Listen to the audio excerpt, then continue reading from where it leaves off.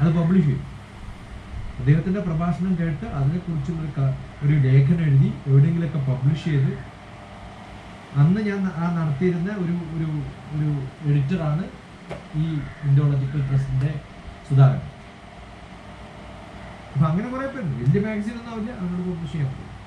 അപ്പം അത് നമ്മൾ അത് കേൾക്കൽ മാത്രമല്ല, അത് എഴുതിയെടുത്ത് റെക്കോർഡ് ചെയ്ത് ഒരു 10 പ്രാവശ്യം കേട്ട് അതിൽ നിന്ന് ലേഖനങ്ങൾ ഉണ്ടാക്കുമ്പോൾ സംശയം വരുമ്പോൾ അത് വിളിച്ച് മനസ്സിലായി. അങ്ങനെ കുറേ പ്രാവശ്യം ചെയ്യുമ്പോഴാണ് ഒരു ദിവസം വിളിച്ചിട്ട് പറയുന്നത്, ഞാൻ ഒരു സ്ഥലം വരെ പോകുന്നുണ്ട്, താൻ വരുള്ളൂ എൻ്റെ കൂടെ കൂട്ടായിട്ട്. പിന്നെ തിരുവേനി പറഞ്ഞ് ഞാൻ വരും. എവിടത്തേക്കാ? ഞാൻ ടിക്കറ്റ് ബുക്ക് ചെയ്തിട്ടാണ് വിളിക്കണം. നമ്മൾ കൈലാസത്തിൽ പോകും. ടിക്കറ്റ് ബുക്ക് ചെയ്തിട്ടാണ് വിളിക്കണേ. അതെന്ത്? ഞാൻ നിന്റെ ടിക്കറ്റ് ബുക്ക് ചെയ്തിട്ട് നമ്മൾ ഇന്നുവരെ പോകുന്നത് താൻ വരുമോ? വരില്ല. ആ ഒരു കോൺഫിഡൻസ് ഉണ്ടാക്കിയെടുക്കുമ്പോഴേ, മനസ്സിലായോ? അതാണ് ഞാനും ഗുരു തമ്മിലുള്ളത്. അയാളുടെ മക്കളോട് പോലും അങ്ങനെ ചെയ്യാൻ പറ്റില്ല. ഇപ്പൊ എനിക്ക് എൻ്റെ മക്കളോട് ചെയ്യാൻ പറ്റില്ല. നമ്മളൊരു സ്ഥലം വരെ പോകുന്നുണ്ട്, നമ്മൾ പോവാ നാളെ പറ്റില്ല. അറിയുള്ളൂ. എനിക്ക് എൻ്റെ ഓഫീസ്, ഞാനത് വർക്ക് ചെയ്യുന്ന ആളാണ്. ഞാൻ scientist working in department of space.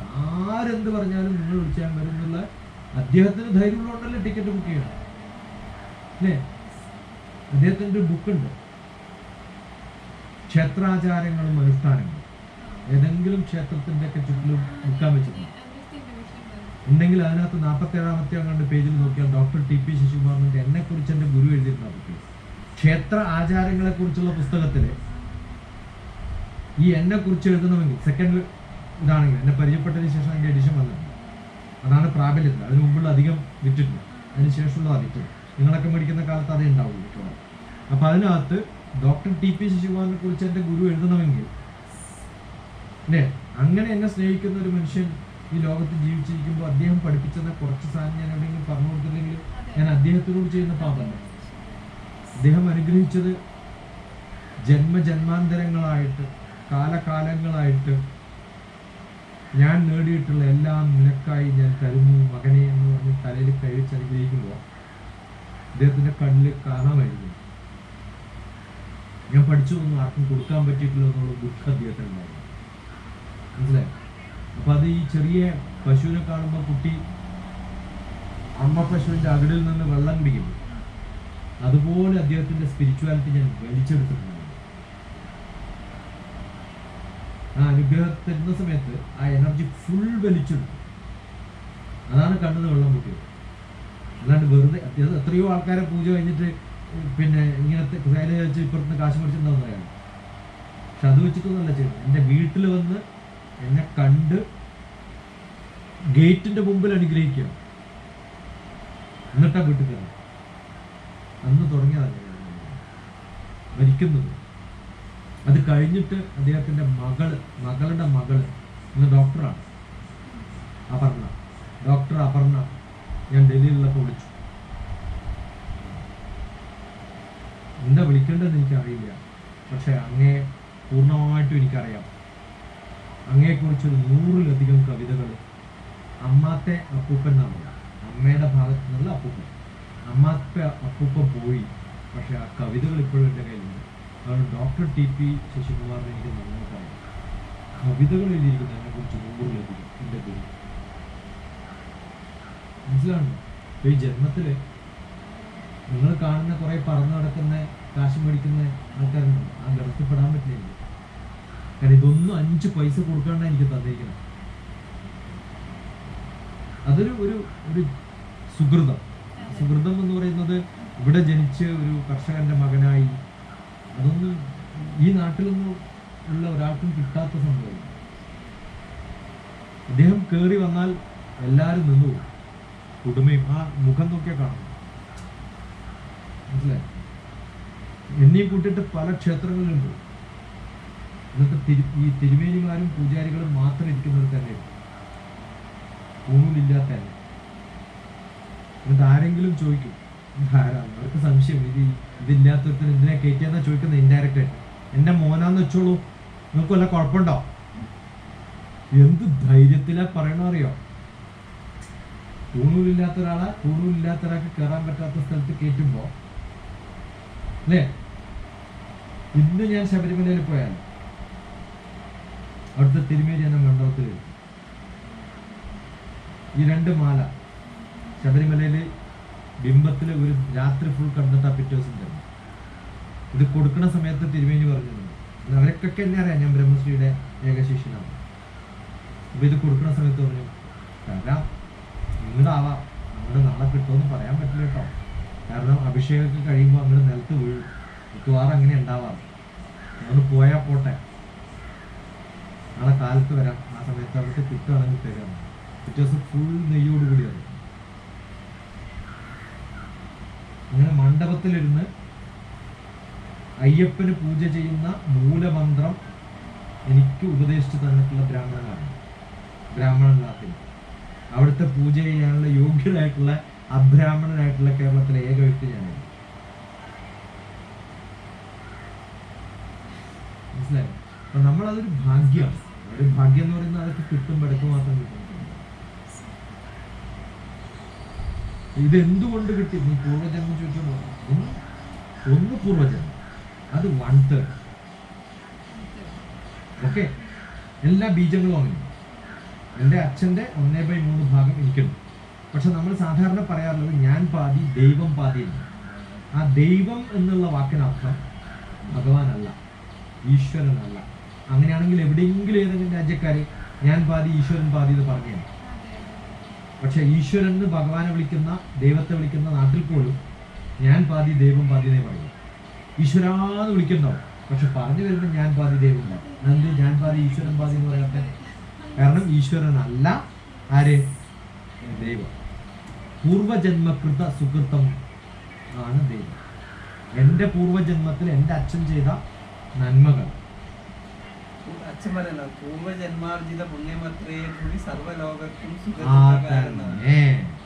അപ്പൊ അത് ഈ വീട്ടിൽ കിട്ടിയിട്ടുള്ളത് ഡോക്ടർ TPS എൻ്റെ അച്ഛൻ ചെയ്തിട്ടുള്ളത്. എൻ്റെ അച്ഛൻ എങ്ങനെയാണെന്ന് അറിയാം, രാവിലെ പോകുമ്പോൾ ഒരു സഞ്ചിയും കൊണ്ട് വള്ളാട് എന്ന സ്ഥലത്ത് 8 മൈൽ പോകണം, 6 മൈൽ, 8-8.5 കിലോമീറ്റർ.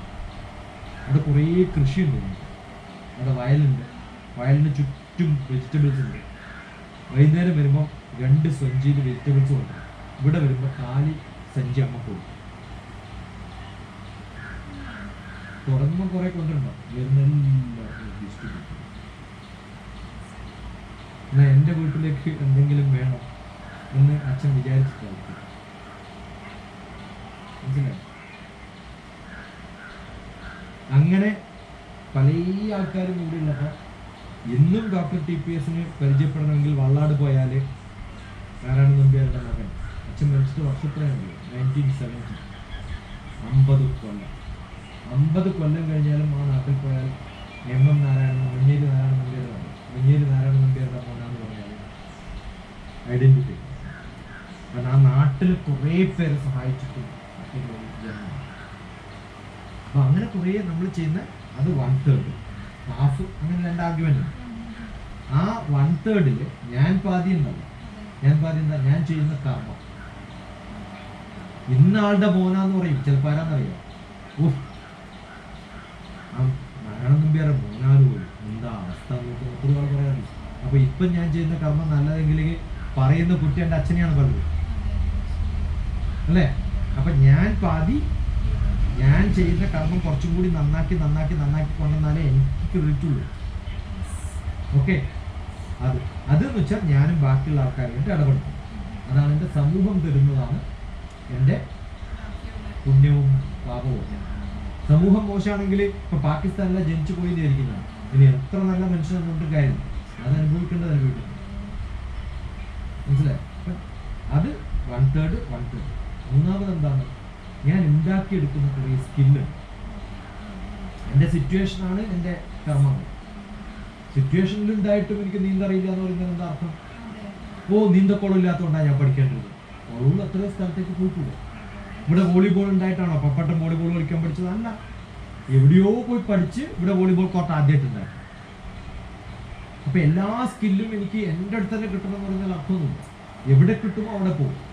ഞാൻ ഡിപ്പാർട്ട്മെന്റ് ഓഫ് സ്പേസ് ചേർന്ന സമയത്ത് CAD package, computer aided designing, graphics പഠിക്കാൻ ഹൈദരാബാദിൽ സ്ഥലം, ഞാൻ ബോംബെ വിട്ടാ പഠിച്ചു. ഇവിടെ ടൈപ്പ് റൈറ്റിംഗ് ഇൻസ്റ്റിറ്റ്യൂട്ട് തുടങ്ങുന്ന സമയത്ത് ഞാൻ ടൈപ്പ് റൈറ്റിംഗ് പഠിക്കേണ്ട കാര്യമൊന്നുമില്ല എനിക്ക്. ഞാൻ ജീവിതത്തിൽ ടൈപ്പിസ്റ്റ് ആവില്ല. പക്ഷെ എന്നാലും ടൈപ്പ് റൈറ്റിംഗ് ഇൻസ്റ്റിറ്റ്യൂട്ടിൽ വേണ്ടി ടൈപ്പ് കൊടുക്കും. ടൈലറിംഗ് ക്ലാസ് പോയിട്ട് ടൈലറിംഗ് പഠിച്ചു. ഓക്കെ, അപ്പൊ നമ്മൾ എല്ലാ സംഭവങ്ങളും പഠിച്ചിട്ട് അവിടെ ഇരിക്കണേ. ഞാൻ കേറാത്ത മരവും അണ്ടർസ്റ്റുഡ്. ഇവിടെ ഒരു കൊല്ലൻ ഉണ്ടായിരുന്നു. വെറുതെ ഇരിക്കുമ്പോ കൊല്ലന്റെ അടുത്ത് പോയിട്ട് അയാൾ സഹായിക്കും. തൊട്ടപ്പുറത്ത് പോയി സ്വർണ്ണക്കാരൻ തട്ടാനെടുത്ത് പോകും. എല്ലാ സംഭവവും നമ്മൾ കുറച്ച് പഠിക്കുന്നുണ്ട് അല്ലേ? ഇവിടെ ഉണ്ട് ഒരു കൽപ്പന, കല്ലുകുത്തി. ഈ പറമ്പിൽ അങ്ങേ അറ്റത്ത് ഞാൻ കല്ലുകുത്തിയതിന്റെ സാക്ഷി ഇപ്പോഴും ഉണ്ട്. ഞാൻ പണിയെടുക്കുന്നതാണ്. എന്റെ കൈ ഇപ്പോഴും നോക്കിയാൽ നല്ല മുരുമുരി തൊട്ടുണ്ട്. സയന്റിസ്റ്റിന്റെ കൈ അല്ലത്. അതുകൊണ്ട് തന്നെ ഞാൻ ഒരു അടി അടിച്ചാലുണ്ടല്ല കപ്പ് കണ്ട് വേദനിക്കും. കാർപ്പൻട്രി പണി ഞാൻ ഉണ്ടാക്കിയ ടേബിളിൽ. അപ്പൊ നമ്മള് ഒരുവിധം എല്ലാ പണിയും ചെയ്യുന്ന സമയത്ത് നമുക്ക് കിട്ടുന്ന ഒരു ധൈര്യം ഉണ്ടാവും. ഇപ്പൊ ഞാൻ ഇത് പഠിപ്പിച്ചിട്ടോ മറ്റേ ആളെ പറ്റിച്ചിട്ട് പിന്നെ മോട്ടിവേഷൻ ചെയ്തിട്ട് കാര്യമൊന്നുമില്ല. മോട്ടിവേറ്റ് ചെയ്തിട്ട് എന്താ കാര്യം? ഞാൻ ചെയ്യാത്ത പണി ഞാൻ വേറെ ആളെ കൊണ്ട് ചെയ്യിപ്പിക്കുന്നതാണ് മോട്ടിവേഷൻ.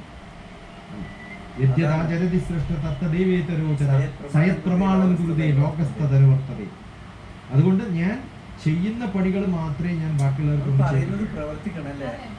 അത് പലപ്പോഴും നമ്മൾ പലരും കണ്ടിട്ടില്ല. ഇവിടെയുള്ള മരങ്ങൾ ഓരോ സമയത്തും വന്നു കഴിഞ്ഞാൽ ഞാൻ ചെയ്യാത്ത പണികളൊന്നും ഉണ്ടാവില്ല.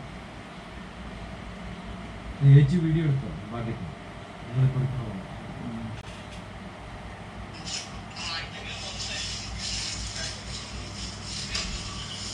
ഞാൻ ഇപ്പോഴും തലക്കെട്ട് കെട്ടിട്ട് ഇറങ്ങിക്കഴിഞ്ഞാൽ എല്ലാ പണിയും കഴിഞ്ഞു.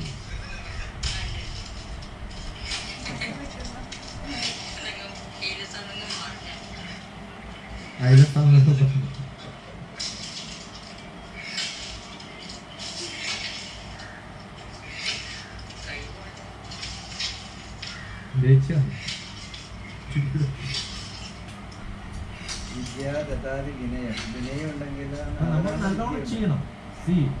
നമ്മളൊരു പണി ചെയ്യുമ്പോൾ എന്തും ചെയ്യാനുള്ള ഒരു സന്നദ്ധത ഉണ്ടെങ്കിൽ സമർപ്പണം ചെയ്യാം.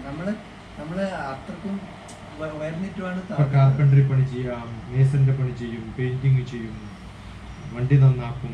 U tell me what should I do? ഈ ഓരോ സംഭവം ഉണ്ടാക്കുമ്പോൾ അന്ന് ഇവന്റെ ഫ്രണ്ടാണ് നികേഷ്. കുറെ ടയർ കൊണ്ടിറക്കുമ്പോൾ ഇതൊന്നും കൊണ്ട് ചെയ്യാൻ ഒരു ഐഡിയ ഇല്ല. വെറുതെ ഞാൻ 4-5 ടയർ ചോദിച്ചതാ. ആ 4-5 ടയറിന് പകരം പോലെ 500 കൊണ്ടൊന്നുമില്ല. ഞങ്ങൾ 10-100 ഇറക്കിയിട്ട് നീ പോ ഏതായാലും കൊണ്ടുവന്നാലോ. ആ 100 ഇറക്കുമ്പോൾ എന്താ അതുകൊണ്ട് ചെയ്യാൻ എനിക്ക് ഒന്നുമില്ല. അത് കഴിഞ്ഞ് ഞാൻ പറഞ്ഞു കുറെ ടയർ ഉണ്ട്, ഞാൻ 10 ദിവസം പോയി കഴിഞ്ഞാൽ അതിനെ കൊണ്ടുവന്നു ഉടനെ ഉണ്ടാക്കിയത്. ഓരോ സംഭവം ആ സമയത്ത് തോന്നുന്ന തോന്നലോടുകൂടി അപ്പൊ നമ്മൾ ചെയ്യുന്ന സംഭവമാണ്. അതാണ് ക്രിയേറ്റീവ്.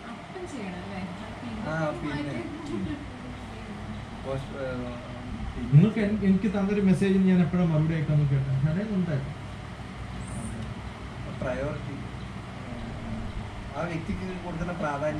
അത് നമ്മൾ നാളെ എന്ന് പറഞ്ഞ് മൈൻഡ് ചെയ്യാണ്ടിരുന്നു കഴിഞ്ഞാൽ ഹൗ ഡസ് ഇറ്റ് മാറ്റർ? നാളെ ഇല്ലല്ലോ. ഇന്ന് നിങ്ങൾ കണ്ടില്ല 2 കുട്ടികളെ പൂരിച്ചിട്ട് ഇടിച്ചു. ശ്രദ്ധിച്ചിട്ട് അപ്പ കൊടുക്കും ഞാൻ. നിങ്ങൾ ഒരു പിള്ളേരടിക്കുന്ന ആളിലാണ്. വരുമ്പോ തന്നെ ഭയങ്കര വയലൻസ് ആയിരുന്നു.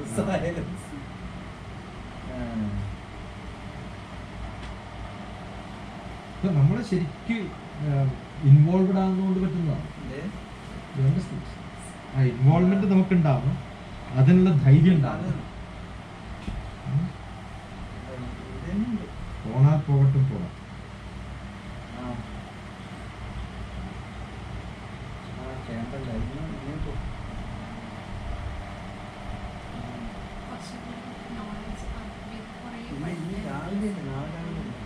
പഠിക്കണം, എപ്പോഴും പഠിക്കണം.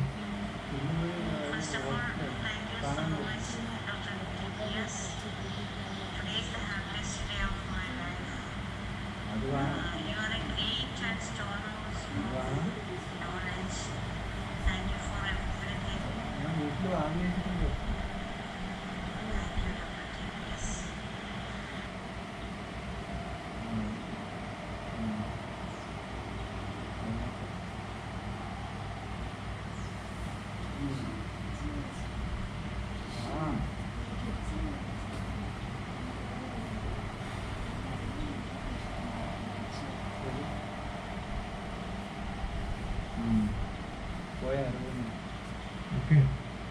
ധൈര്യത്തിൽ സംഭവിച്ചു.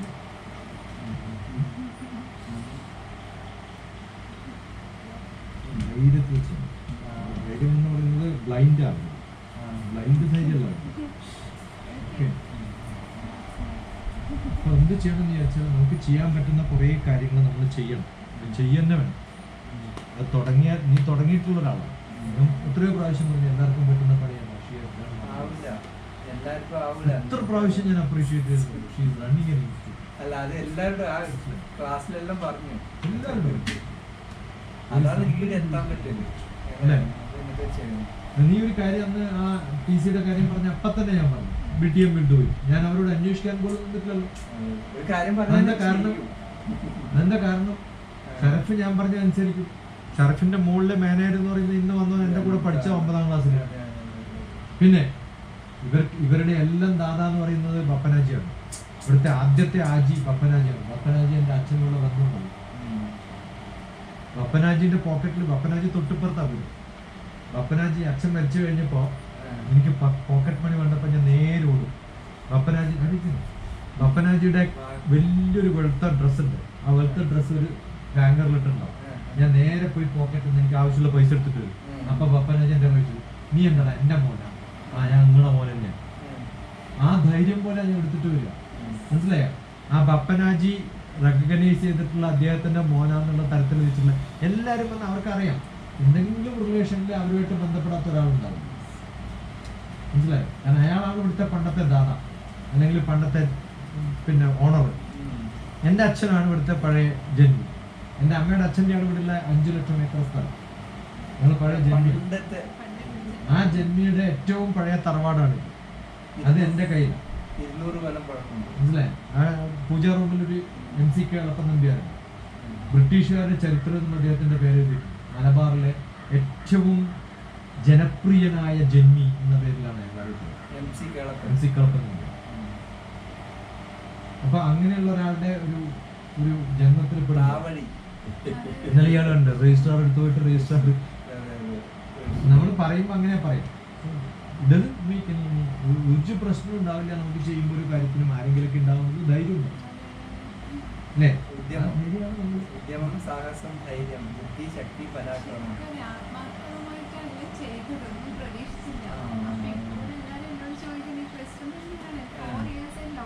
അല്ല, but see the market, you should market it. ശരിക്കും മാർക്കറ്റ് ചെയ്യണം. അല്ല, അങ്ങനെ കഷ്ടപ്പെട്ടിട്ട് നിർത്തിയിട്ടൊന്നും കാര്യമൊന്നുമില്ല. ഇന്ന് ക്ലാസ് അറ്റൻഡ് ചെയ്ത ഒരു ടീച്ചറുടെ മെസ്സേജ് എനിക്ക് തോന്നുന്നു ജീവിതത്തിലൊന്നും അവര് ഇങ്ങനൊരു മെസ്സേജ് അയച്ചിട്ടുണ്ടായിരുന്നു.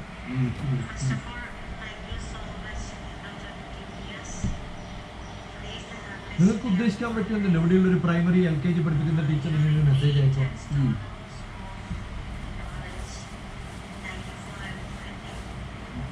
മനസ്സിലാണ്?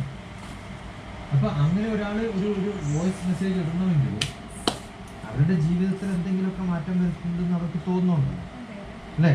അല്ലെങ്കിൽ നമ്മളിപ്പോൾ എടുക്കുന്ന ക്ലാസ് വെച്ചിട്ട് ഇപ്പൊ രജനി റോയ് അല്ലെങ്കിൽ മസൂദ, ഗീതാഞ്ജലി, എവിടെയോ ഇരിക്കുന്ന ആൾക്കാരല്ലേ നമ്മൾ? അസർബൈജാൻ, ബാക്കൂലിരിക്കുന്ന ആൾക്കാർ, ഇവരൊക്കെ ചെയ്യണ്ടല്ലോ നമ്മൾ പറഞ്ഞു. ഈ ശുക്ല ചക്രവർത്തി, അന്ന് ഞാൻ ഈ ഒരു എൻ്റെ ഇത് പറഞ്ഞിട്ടേ ഉള്ളൂ. ഏത് ഞാനിവിടെ ഒരു ട്രീ ഹട്ട് ഉണ്ട്, അതിലെനിക്ക് ഇതുണ്ടെന്ന് പറഞ്ഞിട്ടേ ഉള്ളൂ.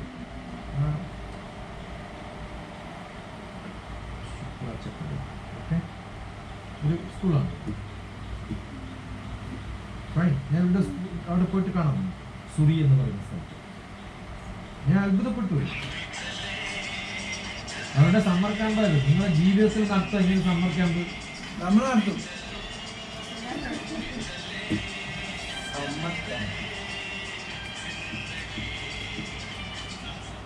ഇതാണ് സമ്മർ ക്യാമ്പ്. മനസ്സിലായി? ആ സമ്മർ ക്യാമ്പ് നടത്തി കഴിയുമ്പോഴത്തേക്കുണ്ടല്ലോ ഒരു സ്കൂൾ ബിക്കം എൻറ്റയർലി ഡിഫറെന്റ്. അതിപ്പോൾ ഓരോ സംഭവം ആ സമയത്ത് ചെയ്യാൻ പറ്റുള്ളൂ. അത് കയ്യിൽ നിന്ന് വിട്ടുപോയാൽ വിട്ടുപോയി. ഞാൻ ഈ ബ്ലാബ്ല പറയുന്ന അല്ലല്ലോ. ഞാനിവിടെ 10-40 ക്യാമ്പ് നടത്തി ആയിരക്കണക്കിന് പിള്ളേർ വന്ന് താമസിച്ച് നമ്മൾ ചായയും പൊറോട്ടയും ഭക്ഷണവും കൊടുത്ത് ഇവിടുന്ന് പിന്നെ മഴ കൊള്ളിക്കും, വെള്ളത്തിലിടും. ഞാൻ പറഞ്ഞില്ലേ, കുളത്തിൽ കൊണ്ടിടുന്നതിന് മുമ്പ് നല്ല കാന്താരി കൊടുക്കും. കാന്താരി മുളക് ഉള്ളിൽ കയറിയാൽ മൂക്കുന്നും വായുന്നും കണ്ണുന്നും വെള്ളം വരും. അവൻ്റെ എല്ലാ കാസും ഊസും പോകും. ഇങ്ങനെയുള്ള കുറേ തരികിട ആയുർവേദം പഠിച്ചിട്ടുള്ള ആളാണ്. ഈ കണ്ണാട്ടൻ്റെ അമ്മയുണ്ട് വൈദ്യര്. ഞാൻ കണ്ണാട്ടൻ്റെ കൂടെ ഇവിടെ താമസിക്കാറുണ്ട്. ആ വൈദ്യരുടെ വീടാണ് പഴയ സ്ഥലത്ത്. ഞങ്ങളൊക്കെ കൂടെ താമസിച്ചത്. ആ സമയത്ത് എൻ്റെ കണ്ണാട്ടൻ്റെ അമ്മാവൻ എന്ന് പറഞ്ഞാൽ എൻ്റെ അമ്മാവനെ പോലെ അദ്ദേഹത്തിന് വൈദ്യ ഷോപ്പുണ്ട്. അവിടെ പോയി മരുന്ന് കഴിക്കാനൊന്നുമില്ല. എൻ്റെ കഷ്ണം കാണാനില്ല. നമ്മൾ ഈ കണ്ണാട്ട് അല്ലേ ഇത് മരുന്ന് കഴിച്ച് പോയി ഭക്ഷണം കഴിച്ച വീട്ടിലെ അത് ഈ മരുന്നിങ്ങനെ പിടിച്ചിട്ട് തരിക്കുക. നിങ്ങൾ ഏത് നാട്ടുവൈദ്യം പറഞ്ഞാലും അയാളുടെ കൈ ഈ വിരലുണ്ട്, ഈ വിരൽ, ആ വിരൽ ടെസ്റ്റ് ചെയ്താൽ അറിയാം അയാൾ വൈദ്യനാണോ അല്ലയോ. കാരണം തരിക്കുമ്പോൾ ആദ്യം ഇത് മുറിയാത്ത ഓരോരുത്തരും വൈദ്യനാവും. അപ്പൊ നിങ്ങൾ വൈദ്യം പഠിച്ചിട്ടുണ്ടോ? ഇത് മുറിഞ്ഞിട്ടുണ്ടെങ്കിൽ വൈദ്യം പഠിച്ചു. പ്രോസസ്സാണ്.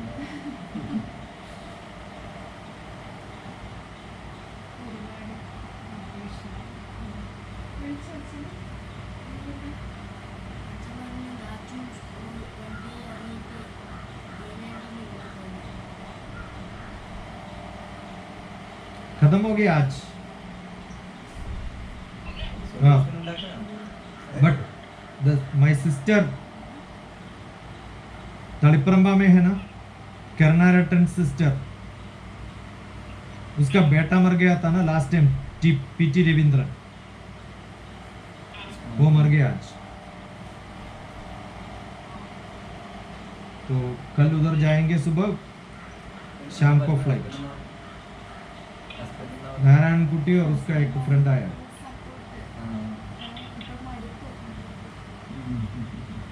बाकी पूरा चलेगा.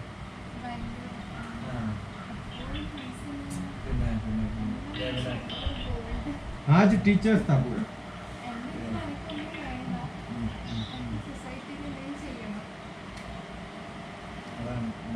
कैसा है? All good.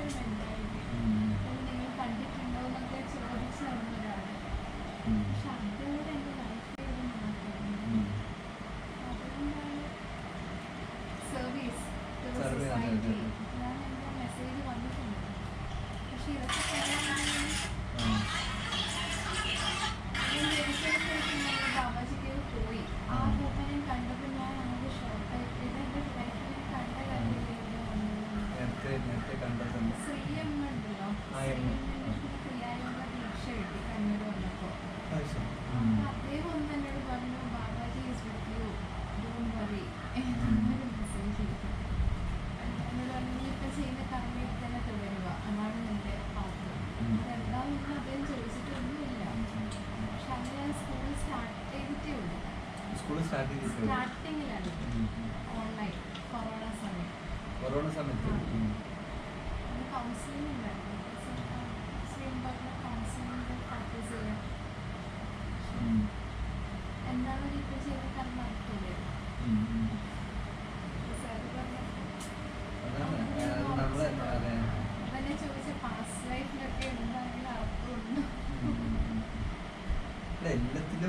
അല്ല ആ ഒരു ഹാഫ് ഉണ്ട്. പിന്നെ നമ്മുടെ കർമ്മം, നമ്മുടെ പാസ്റ്റ് ലൈഫ് അല്ലെങ്കിൽ നമ്മുടെ ഹോറോസ്കോപ്പ്, നമ്മുടെ അസ്ട്രോളജി എന്ന് പറയുന്നതാണ് നമുക്ക് കിട്ടിയിട്ടുള്ള കാർ. കാറുണ്ടായി ഓടിക്കാൻ പറ്റണമെന്നില്ല, റോഡുണ്ടാവണ്ട. ആ റോഡാണ് എൻ്റെ സാഹചര്യം. ഇപ്പം ഞാൻ പാകിസ്ഥാനിലാണെങ്കിൽ ഓടിക്കാൻ പറ്റില്ല, ഇവിടെയാണെങ്കിൽ പറ്റുള്ളൂ. പിന്നെ നല്ല റോഡും ഉണ്ട്, നല്ല കാറും ഉണ്ട്, ഓടിക്കാൻ പറ്റില്ല. ഡ്രൈവിംഗ് അറിയാം, റോഡും ഉണ്ട്, നല്ല കാറും ഉണ്ട്, ഓടിക്കാൻ പറ്റില്ല. ഡ്രൈവിംഗ് അറിയാം. ഈ 3 സാധനങ്ങൾ വേണം. ആ പെർഫോമൻസ് ഈക്വൽ ടു. ഇനി അതല്ല, എനിക്ക് നല്ല ഡ്രൈവിംഗ് അറിയാം, കാർ കുറച്ച് കുഴപ്പമാണ്, റോഡ് കുറച്ച് കുഴപ്പമാണ്, എന്നാലും നല്ല ഡ്രൈവിംഗ് ഇറങ്ങി ഓടിക്കും. എൻ്റെ പാസ്റ്റ് ജന്മവും നല്ലതല്ല, ഞാനുള്ള സിറ്റുവേഷൻ, അതുകൊണ്ട് ഒരിക്കലും മട്ടന്നൂർ നല്ലതല്ല. അല്ലെങ്കിൽ ഞാൻ ഈ നടുവിൽ ജനിച്ചിട്ട് എനിക്ക് ഇത്രയും ചെയ്യാൻ പറ്റിയിട്ടുണ്ടെങ്കിൽ ഞാൻ പിന്നെ സോണിയാഗാന്ധിന്റെ മോനായാലും ഞാൻ രാജ്യം ഭരിച്ചതെന്ന് പറയുന്നത് എന്താ അർത്ഥം? സോണിയാഗാന്ധിന്റെ മോനായിട്ട് അയാൾ ഭരിക്കുന്നില്ല. ഇപ്പം രാഹുൽ ഗാന്ധി ഇത്രയും നല്ല ജന്മം ഉണ്ടായിട്ട് എന്താ കാര്യം? ഇപ്പൊ ജന്മം കൊണ്ടല്ല, കർമ്മം കൊണ്ടും ജന്മം കൊണ്ടും സത്സംഗം. നമ്മൾ ആരുടെ കൂടെ കൂടുന്നു? ഓക്കെ, ധർമ്മപുത്രർ കൃഷ്ണനെ കണ്ടത് കൊണ്ടാണ്, അതിന് പകരം ശകുനിനെയാണ് കണ്ടു വിചാരിക്കും. മനസ്സിലായി? നമ്മൾ ആരുടെ കൂടെ പോകുന്നു എന്നനുസരിച്ചിട്ടാണ്. കൃഷ്ണൻ, അർജുനൻ, അത് നമ്മൾ കൃത്യമായിട്ട് നമ്മുടെ ലൈൻ വരച്ചു കഴിഞ്ഞാൽ ഇതാണ് രാമന്റെ മെന്റർ. നമ്മളൊന്ന് ഒരു പോപ്പുലാരിറ്റി ഉള്ള നിങ്ങൾ ഈ പറയുന്ന ഒരു മനുഷ്യനും ഞാൻ കാണാൻ പോകില്ല. കാരണം ഇങ്ങോട്ട് വന്നാലും ഞാൻ റിജക്ട് ചെയ്യും. കാരണം ഏറ്റവും കോറും ഒത്തന്റിക്കും ആയിട്ടുള്ള ആൾക്കാരുടെ കൂടെയാണ് എൻ്റെ ജനം. മനസ്സിലായി? ആ ഒരു സ്ട്രോങ് സാധനം നമ്മുടെ കയ്യിലിരിക്കുമ്പോൾ ഈ ചെറിയ ചെറിയ ഓൾറെഡി ഗോൾഡ് ചെയിൻ എൻ്റെ കയ്യിലുണ്ട്, പിന്നെ ഞാനിതിനെ ഇമിറ്റേറ്റഡ് ആയിട്ടുള്ള സാധനത്തിന്റെ പിന്നാലെ പോണേ. അവര് നിങ്ങളെ കുറെ പറയുന്ന കുറെ ആൾക്കാരുടെ അടുത്തൊക്കെ നമ്മൾ അവർക്ക് വെക്കാനുള്ള സംഭവം എല്ലായിടത്തും 5 സ്റ്റാർ ഹോട്ടൽ ഉണ്ടാവണമെന്നില്ല. 5 സ്റ്റാർ ഹോട്ടൽ കുറെ ഉണ്ടാവുന്നില്ല, ലാഭയാണ് അധികം ഉണ്ടാവും. നമ്മൾ 5 സ്റ്റാർ ഹോട്ടലിൽ ജീവിക്കുന്ന ആളാണ്. എന്നെ അന്നദാത സുഖി ഭവ. 5 മണിയായി.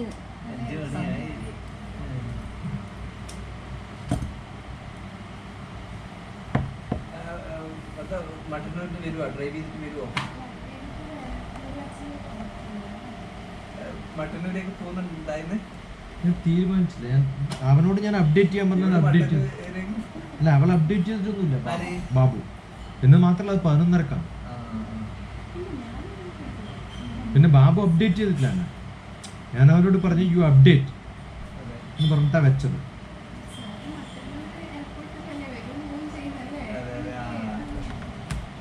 അവിടെ തൊട്ടടുത്ത് മുട്ടന്നൂർ എന്ന സ്ഥലം. മുട്ടന്നൂരാണ് എൻ്റെ മോൻ കല്യാണം കഴിച്ചത്. ഞാൻ നാളെ മറ്റന്നാളോ മുട്ടന്നൂർ ആ ഭാഗത്ത് പോകും. നാളെ പോകുന്ന സമയത്ത് അത് വഴി ചിലപ്പോൾ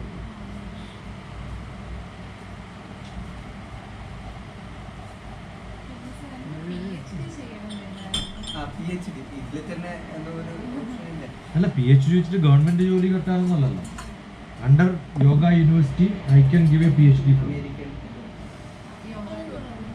ഓക്കെ, പക്ഷേ ഇത്തരം ഇന്ത്യനുമായിട്ട് ബന്ധപ്പെട്ടിട്ടുള്ള, ഇന്ത്യൻ സ്റ്റൈലുമായിട്ട് ബന്ധപ്പെട്ടിട്ടുള്ള ഏതെങ്കിലും ഒരു സബ്ജക്റ്റ് കണ്ടുപിടിച്ച് അതിനകത്ത് റിസർച്ച് ചെയ്യണം. എഡ്യൂക്കേഷനും ഇതുമായിട്ട് ബന്ധപ്പെട്ടിട്ടുള്ള എൻ്റെ ഈ ഗ്രാൻഡ് മാ ചൈൽഡ് കെയർ, ഇപ്പം എന്നാൽ ഗീതാഞ്ജലിയുടെ അടുത്ത് കൽക്കട്ടയിൽ പോകുന്നുണ്ട്. ഈ ഒരാഴ്ചത്തെ പ്രോഗ്രാം ഉണ്ടാവും. എന്താ നടക്കണ അവിടെ? Training programme. What am I doing, what is that? അങ്ങനെ 1-2 സ്ഥലങ്ങളൊക്കെ നമ്മൾ അറ്റൻഡ് ചെയ്ത് നമുക്ക് കിട്ടുമ്പോഴാണ് മനസ്സിലാവും ഇതൊക്കെയാണ് സ്റ്റൈൽ ഓഫ് ഗീതാഞ്ജലി. സൂയിസ് അറേഞ്ച് ചെയ്യും. മസൂദ ചിലപ്പോൾ ഇവർ വയ്ക്കാം. പിന്നെ ഇവരെല്ലാം there are lot of caucus. ഞാൻ എല്ലാവരുടെ കൂടിയും വർക്ക് ചെയ്യും. പക്ഷേ എക്സ് ഉണ്ടെങ്കിൽ വൈ ഇല്ല, വൈ ഇല്ലെങ്കിൽ സെഡ് ഇല്ല എന്നൊക്കെ പറയുന്ന കുറേ ഗ്രൂപ്പുകളുണ്ട്. അവരൊക്കെ തമ്മിൽ ചെറിയ ചെറിയ ഈശ്വരൻ പ്രശ്നങ്ങളുണ്ട്. അവർ തമ്മിലാവണമെന്നില്ല, ചെറിയ ചെറിയ പ്രശ്നങ്ങൾ ഉണ്ടാവുന്നു. അതുകൊണ്ട് ഞാൻ അവരെ അധികം കണക്ട് ചെയ്യിപ്പിക്കാറില്ല. നമ്മൾ ചെയ്യുന്നത് ഒരു പ്രാവശ്യം പറയും ഇന്നാളാണ് ചെയ്യുന്നത്, if you want you contact മതി. അത് കഴിഞ്ഞാൽ പിന്നെ ഇറ്റ്സ് അപ് ടു ദം. ഞാനങ്ങനെ ഒരിക്കലും I never called you, I never send you message. Understood? നിങ്ങൾ അയച്ചാൽ അതിന് മറുപടി അയക്കുന്നതല്ലാതെ I am not going to push in. ഉദാഹരണത്തിന് ഈ ഗീതാഞ്ജലിക്ക് ഞാൻ എഴുതി ഇങ്ങനെ മസൂദ്, ഞാൻ അത് കഴിഞ്ഞാൽ കാഞ്ചിയുടെ അടുത്താണ് പോണത്. അവിടെ രൂപ്നാരായൺപൂർ, രാംപൂർ ഘട്ടം എന്ന സ്ഥലത്തുണ്ട്. അവിടെ ഞാൻ ഒരാഴ്ചത്തെ പ്രോഗ്രാം ഉണ്ട്. Could add teachers from other institutes in case they are interested.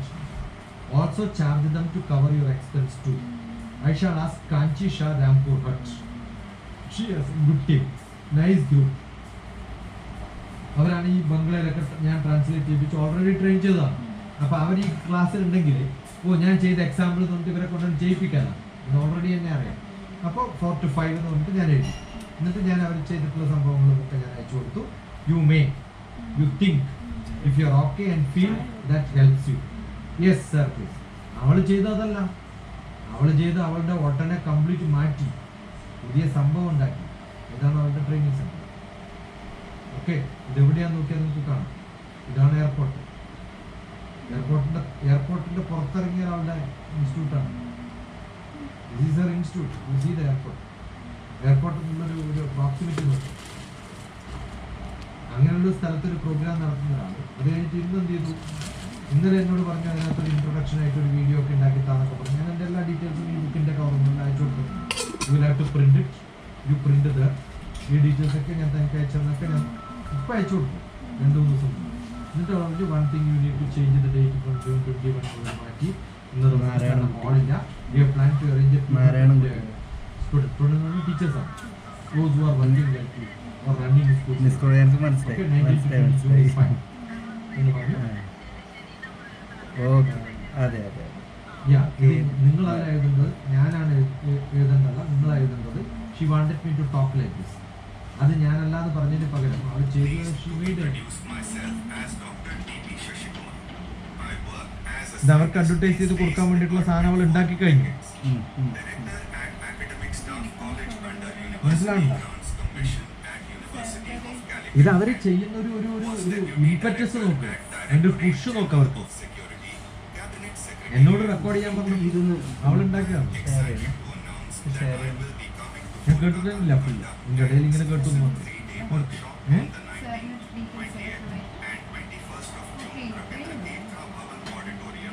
ഓഡിറ്റോറിയത്തിന്റെ പടം.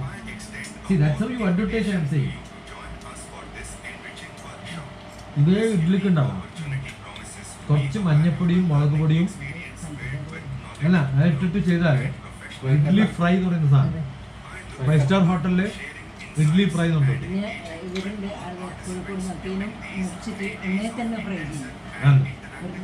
ഫ്രൈ ഫ്രൈ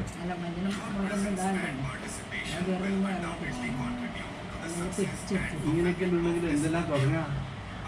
ഒരു ധൈര്യം കിട്ടിയില്ലേ? എന്റെ ഏച്ചൽ എന്തെല്ലാം ചെയ്തതെന്ന് അറിയാം. ചോദിച്ചോക്ക്.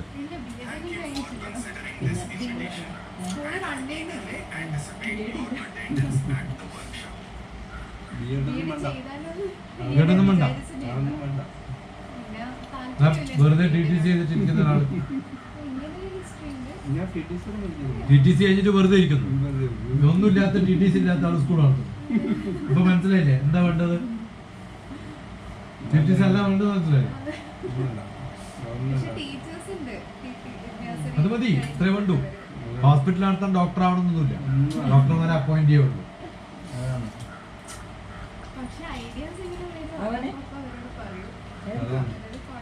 നമ്മളെല്ലാം ഐഡിയക്കാരാണ്. ഞാൻ ആക്ടറാണ്.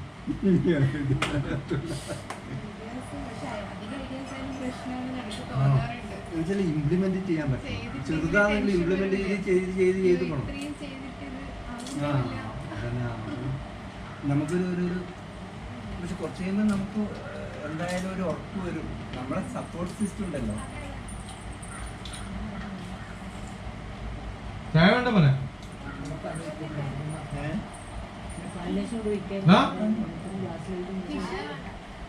ഷുഗർ ചായ വേണ്ട എനിക്കറിയാം.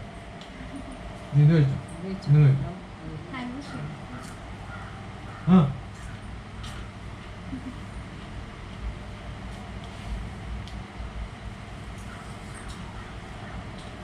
ഈ വീട് എന്റെ വീടല്ല, ഞങ്ങളുടെ എല്ലാവരും കൂടെ വീട്.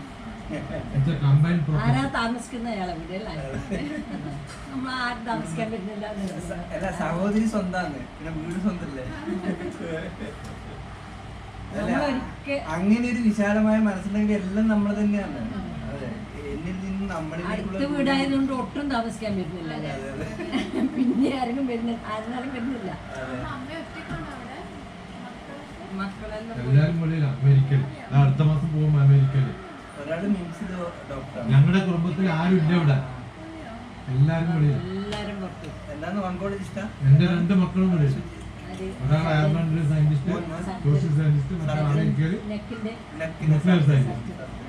ഓക്കെ, 3 ആൺകുട്ടികളും അമേരിക്കയിലും, 4ാമത്തെ ആള് മിംസില് ഡോക്ടർ. എല്ലാരും അവിടെ ഇവിടെ.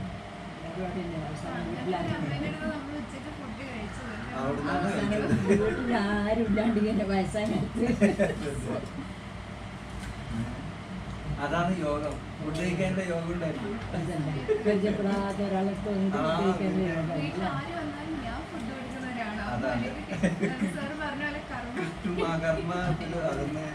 ബാബു എപ്പം പറയാം, അമ്മ എത്രയോ ആൾക്കാർക്ക് ഭക്ഷണം കൊടുക്കില്ല, അതിന്റെ ഫലം ഞങ്ങൾക്ക് എവിടെ പോയാലും കുഴപ്പമില്ലാണ്ട്.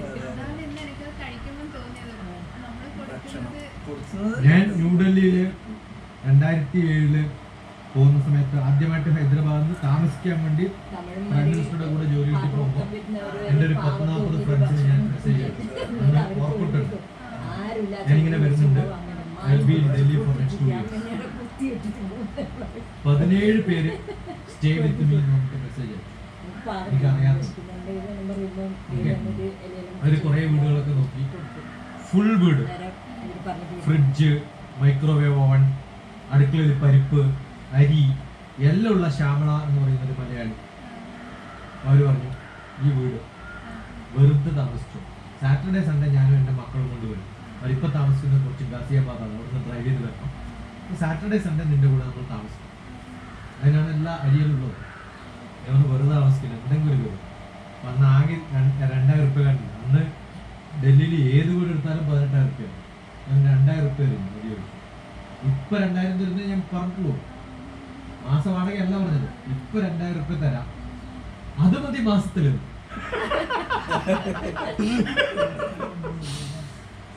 ഞാനത് ഓഫീസിൽ പോയി പറഞ്ഞു.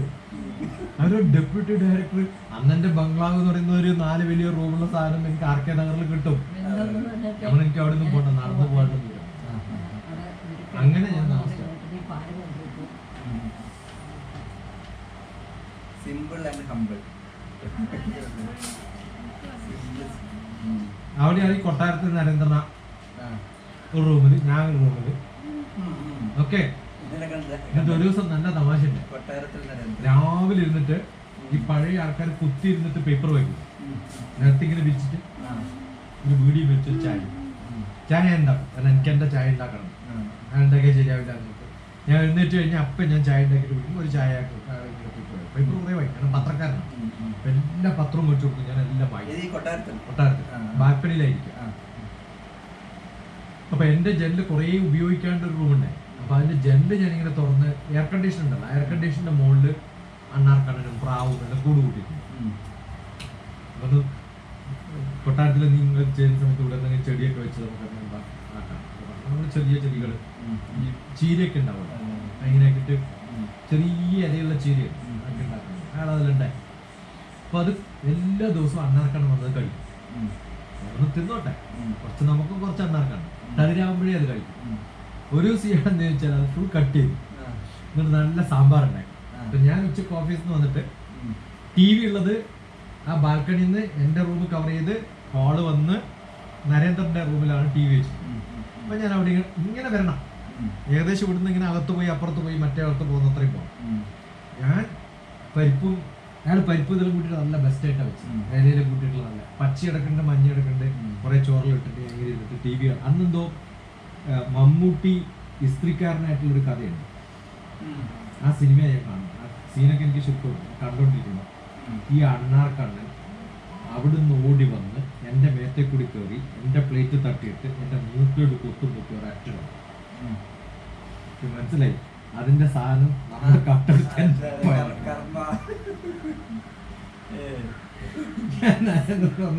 ഫുൾ എടുക്കാണ്ട് ഞാൻ അപ്പോഴേ പറഞ്ഞില്ലേ കുറച്ച് അവിടെ വെച്ചോന്ന്. ഫുള്ളെടുത്തില്ലേ? ദേഷ്യത്ര ഓരോ മൃഗങ്ങൾക്കുള്ള ബുദ്ധി ആലോചിച്ചു. അത് കൃത്യമായിട്ട് ആ റൂമിലൊന്നും ഇതുവരെ കടന്നിട്ടില്ല.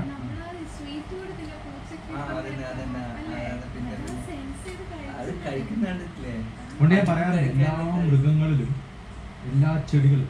എൻ്റെ റൂമില് ഞാൻ ഡയറക്ടറായിരിക്കുന്ന സമയത്ത് എൻ്റെ റൂമിൽ ആരാ കൂട്ടെന്ന് ചോദിച്ചാൽ ഞാൻ ഒരു തുളസിയാണ്. കാരണം വലിയൊരു തുളസി വളർത്തിയിട്ടുണ്ട്. ആ വളർത്തിയ തുളസിൻ്റെ ഇല ഈ വലുപ്പമാണ്. തുളസിയുടെ ഇല 10 ഫീറ്റാണ് തുളസി. നിങ്ങൾ ജീവിതത്തിൽ കണ്ടിട്ടുണ്ടാവില്ല 10 ഫീറ്റ്. അതിങ്ങനെ വളർന്ന് ഒരു ജനൽ അവിടേക്ക് 8 ഫീറ്റിൻ്റെ ജനലാണ്, മറ്റേ ഫ്രഞ്ച് വിൻഡോ പോലെ. ആ ഫ്രഞ്ച് വിൻഡോ ഫുൾ മുകളിലെത്തിയിട്ട് അവിടെ നിന്ന് തിരിച്ച് രണ്ടാമത് താഴത്തേക്ക് ഇറക്കിയിട്ടുണ്ട്. എൻ്റെ പടം ഉണ്ടല്ലോ. അത് കാണാനായിട്ട് വിസിറ്റേഴ്സ് വരും. ഇത് കേട്ടു നമ്മള് ചെടികളോട് വർത്താനം പറഞ്ഞാല് അത് മനസ്സിലാക്കാനുള്ള സെൻസുണ്ട്. പശുർ വേത്തി ശിശുർ വേത്തി വേത്തി ഗാനരസം പേണി സാഹിത്യസ്യ രസം സാക്ഷാൽ ശങ്കരു വേത്തി ഗാനരസം. പശുക്കൾക്കും മനസ്സിലാവും, എല്ലാവർക്കും മനസ്സിലാവും. ഞാനൊക്കെ ഇതിന്റെ പ്രായം തുടങ്ങുമ്പോൾ പശുവിനെ കറക്കാൻ എനിക്ക് പശു ഉണ്ടായിരുന്നു. അന്ന് നമ്മുടെ പശുവിന്റെ പേര് പുലിപിടിയ. എന്റെ പുലി പിടിച്ചിട്ടുണ്ട്. കാല് കറക്കാൻ അതിനൊക്കെ കറക്കാൻ ഞാൻ കുറെ കഴിയുമ്പോ അങ്ങനെ ഒരു ആശ്രമാന്തരീക്ഷത്തിൽ വരും. എനിക്ക് അങ്ങനെ പോകേണ്ട കാര്യമൊന്നുമില്ല. ഇവിടുന്ന് നേരെ പോയാൽ എന്റെ വെല്ലിച്ചിന്റെ മോനെ 5-10 പശു. ഇവിടെയുള്ള ഗുണം എന്ന് വെച്ചാല് തൊട്ടടുത്ത് എന്റെ വെല്ലിച്ചന്റെ മോനാണ്. ഇതെന്റെ ഇളയമ്മന്റെ മോൻ. ഇത് ഇപ്പൊ വിറ്റതാണ്. തൊട്ടപ്പുറത്താണ് അന്വേഷിച്ച്. ഇപ്പൊ ഞാൻ ഇവിടെ ഉള്ള ഭക്ഷണം ഉണ്ടാക്കിയിട്ട് ഇങ്ങനെ വരുമല്ലോ സമയത്ത്. ഇല്ലേ ആരാന്നൊന്നുമില്ല. ഭക്ഷണം ഒന്നും ഉണ്ടാക്കണ്ട.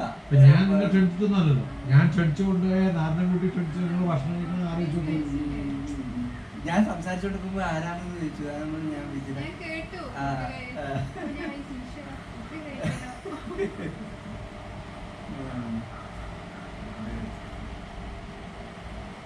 എല്ലാം നമ്മള് ഒരു നിഷ്കളങ്കത വേണം, എന്നാലെല്ലാം സംഭവിക്കും. Purpose what for you are doing that's more important.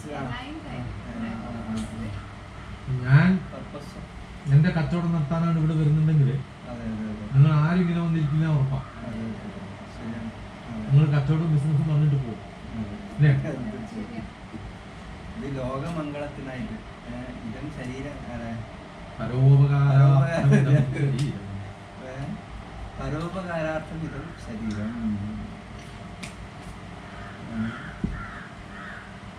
എന്നെ സ്കൂളിലെങ്കിലും പഠിപ്പിക്കാത്ത മാഷ് നല്ല സ്റ്റുഡൻസിനെ മാത്രം പഠിപ്പിക്കുന്ന ചില ബാച്ചുകളുണ്ട്. ഞാൻ ഏറ്റവും മോശം ബാച്ചാണ്. ജിയിലാണ്. ABCDEFG ലാസ്റ്റ് ബാച്ചിലാണ് എൻ്റെ. അപ്പം എന്നെ ഒരിക്കലും പഠിപ്പിച്ചില്ല അനന്ത മാഷ്. പക്ഷെ ഞാനെക്കുട്ടി കണ്ടിട്ടുണ്ട് അനന്ത മാഷിനെ എത്ര സ്നേഹിക്കുന്നു. ആ മാഷന്മാരൊക്കെ എൻ്റെ ഏറ്റവും നല്ല സ്റ്റുഡൻ്റ് ആയിട്ട് എനിക്ക് കരുതുന്ന ആരാന്ന് ചോദിച്ചാൽ നിസ്സംശയം അന്ന് അദ്ദേഹം സാക്ഷിയാണ്. ഞാനവിടെ പോയ സമയത്ത് എനിക്ക് എഴുതി വെച്ചിരിക്കുക ഭഗവത്ഗീത സ്വന്തം കൈയക്ഷരത്തിൽ. സ്വന്തം കൈയക്ഷരത്തിൽ അതൊരു വലിയൊരു ഭാഗ്യമായിട്ട് ഞാൻ ഇതുപോലെ സൂക്ഷിക്കുന്ന സാധനം. എല്ലാവർക്കും കിട്ടില്ലല്ലോ.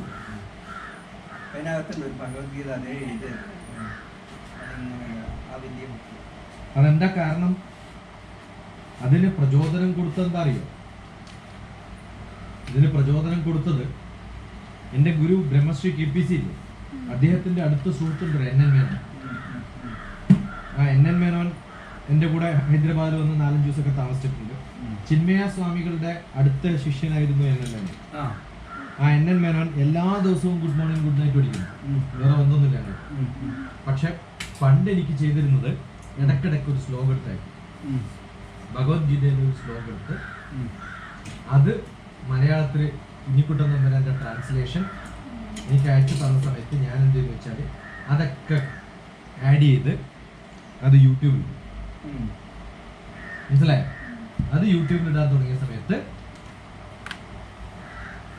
അത് സ്ഥിരമായിട്ട് എൻ്റെ മാഷോട് കേൾക്കാൻ പറഞ്ഞു.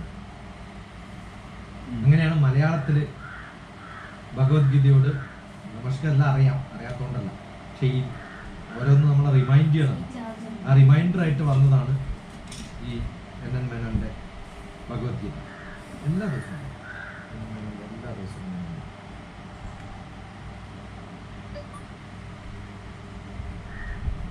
네. ഞാൻ ഒരു മറുപടി അയക്കാം എൻ്റെ കുട്ടി. രാവിലെ ഒരു ഗുഡ് മോർണിംഗ് ഒരു മെസ്സേജ്, സ്വന്തം എഴുതുന്ന മെസ്സേജ്, ഒപ്പിക്കേണ്ടത്. ഗുഡ് നൈറ്റ് 10:10, 10:17, 10 മണിക്കും 10:30ക്കും മുമ്പ് എല്ലാ ദിവസവും ഗുഡ് നൈറ്റ്. ഞാൻ സാധാരണ ക്ലിയർ ചെയ്യാം. ഇടയ്ക്ക് ചില കവിതകളൊക്കെ അയച്ചാൽ ഇന്റർപ്രിറ്റ് ചെയ്തു. ഓക്കെ, ഇദ്ദേഹത്തിൻ്റെ നല്ല വെച്ചാണ്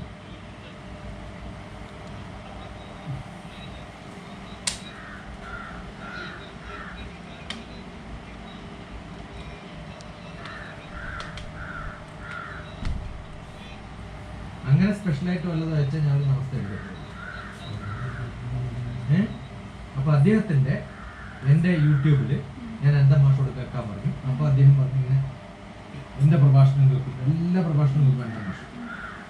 അപ്പോൾ അദ്ദേഹം സ്വന്തം കൈപ്പടയിൽ ആലോചിക്കുക, ഒരു മാഷിന്റെ കൈപ്പട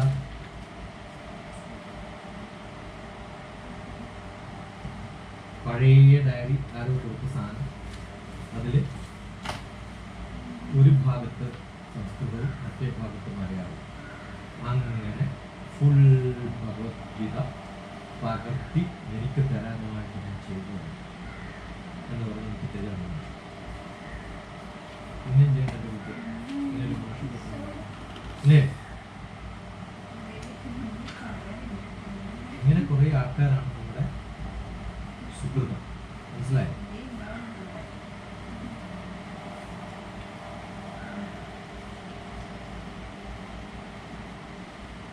ഇപ്പൊ പോയാൽ നിങ്ങൾക്ക് കാണാം അയാളെ കാർവിങ് ചെയ്യുന്നത്. എപ്പോൾ നോക്കിയാലും ചന്ദനത്തിൽ കൃഷ്ണന്റെ കുത്തിയിട്ട് എനിക്ക് കൊടുത്തത്.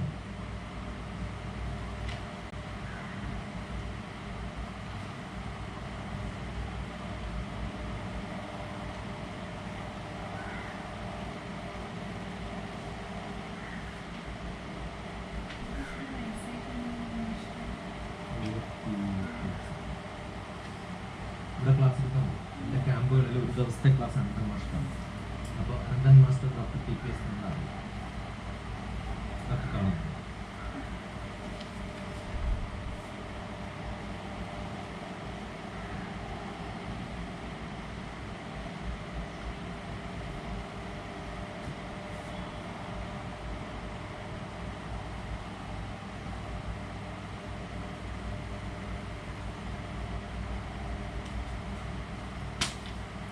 എല്ലാ ദിവസവും അയക്കും, വിടാതെ അയക്കും.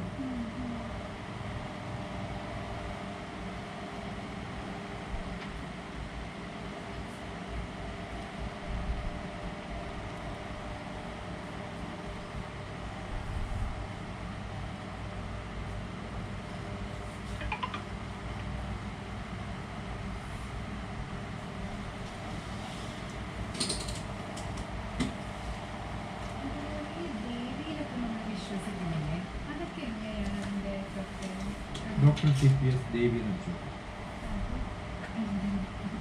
നോക്ക്, അടിച്ചു നോക്ക്.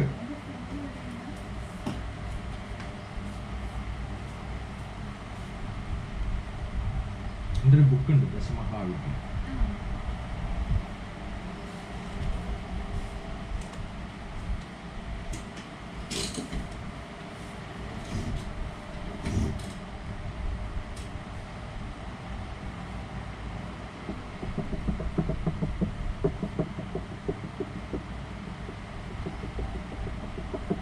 മോനെ ഊഞ്ഞാല് മതിയായി, ഇഡ്ഡലി മതിയായ, അച്ചപ്പം മതിയായ, പിന്നെ ഇപ്പൊ എനിക്ക് വേണ്ടത് അങ്ങനെ പറ. എന്താ ചെയ്യാ പറ. കനയ്യ ചിത്രം വരക്കുവാ. ഇന്നലെ വന്നൊരു കുഞ്ഞ് വരച്ചതാണ്. നോക്കി വരക്കല്ലോ ചെയ്യും. കണ്ണും പൂട്ടി വരക്കുന്നത്. നിങ്ങളിപ്പോ നോക്കി വരക്കാൻ പണി തരാം. കണ്ണും പൂട്ടി വരക്കും. എന്താ മോനെ?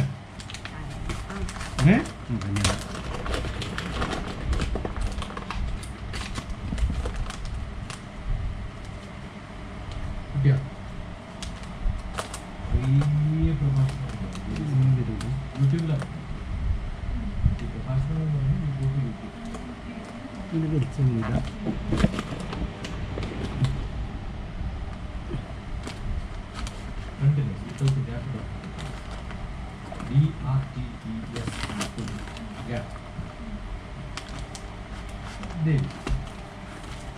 ദേവി സങ്കല്പമാണോ മഹാവിദ്യാലയം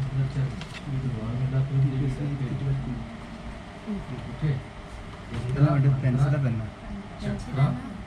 എല്ലാം കൂട്ടി അത് പൂജാവിധികളുമായി ഉള്ള കുറേ പെൻസിലാ ഇതിൽ റിസർച്ച് ചെയ്യുന്ന കുറേ ഫിലോസഫിക്കാർ എവിടെ പെൻസിലില് അവര് പെൻസിലുണ്ടോ പെൻസിലൊക്കെ ഉണ്ടാവും പെൻസിൽ അല്ലെങ്കിൽ പേന കൊടുത്താൽ പോരാ ഏതായാലും കുഴപ്പമില്ല പെൻസിൽ നിർബന്ധമാണെങ്കിൽ എന്തല്ല പെൻസിലുണ്ട് പക്ഷെ അത് നീ ഉദ്ദേശിക്കുന്ന പെൻസിലാകില്ല കുറച്ച് ഷാർപ്പ് പെൻസിൽ ഇതിൻ്റെ അകത്തുണ്ടോ ഇതാ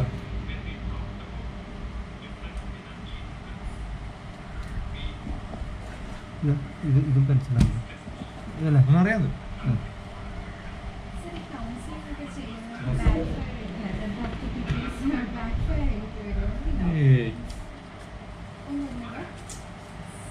ജാവലിൻ ത്രോ ഞാൻ ചോദിക്കട്ടെ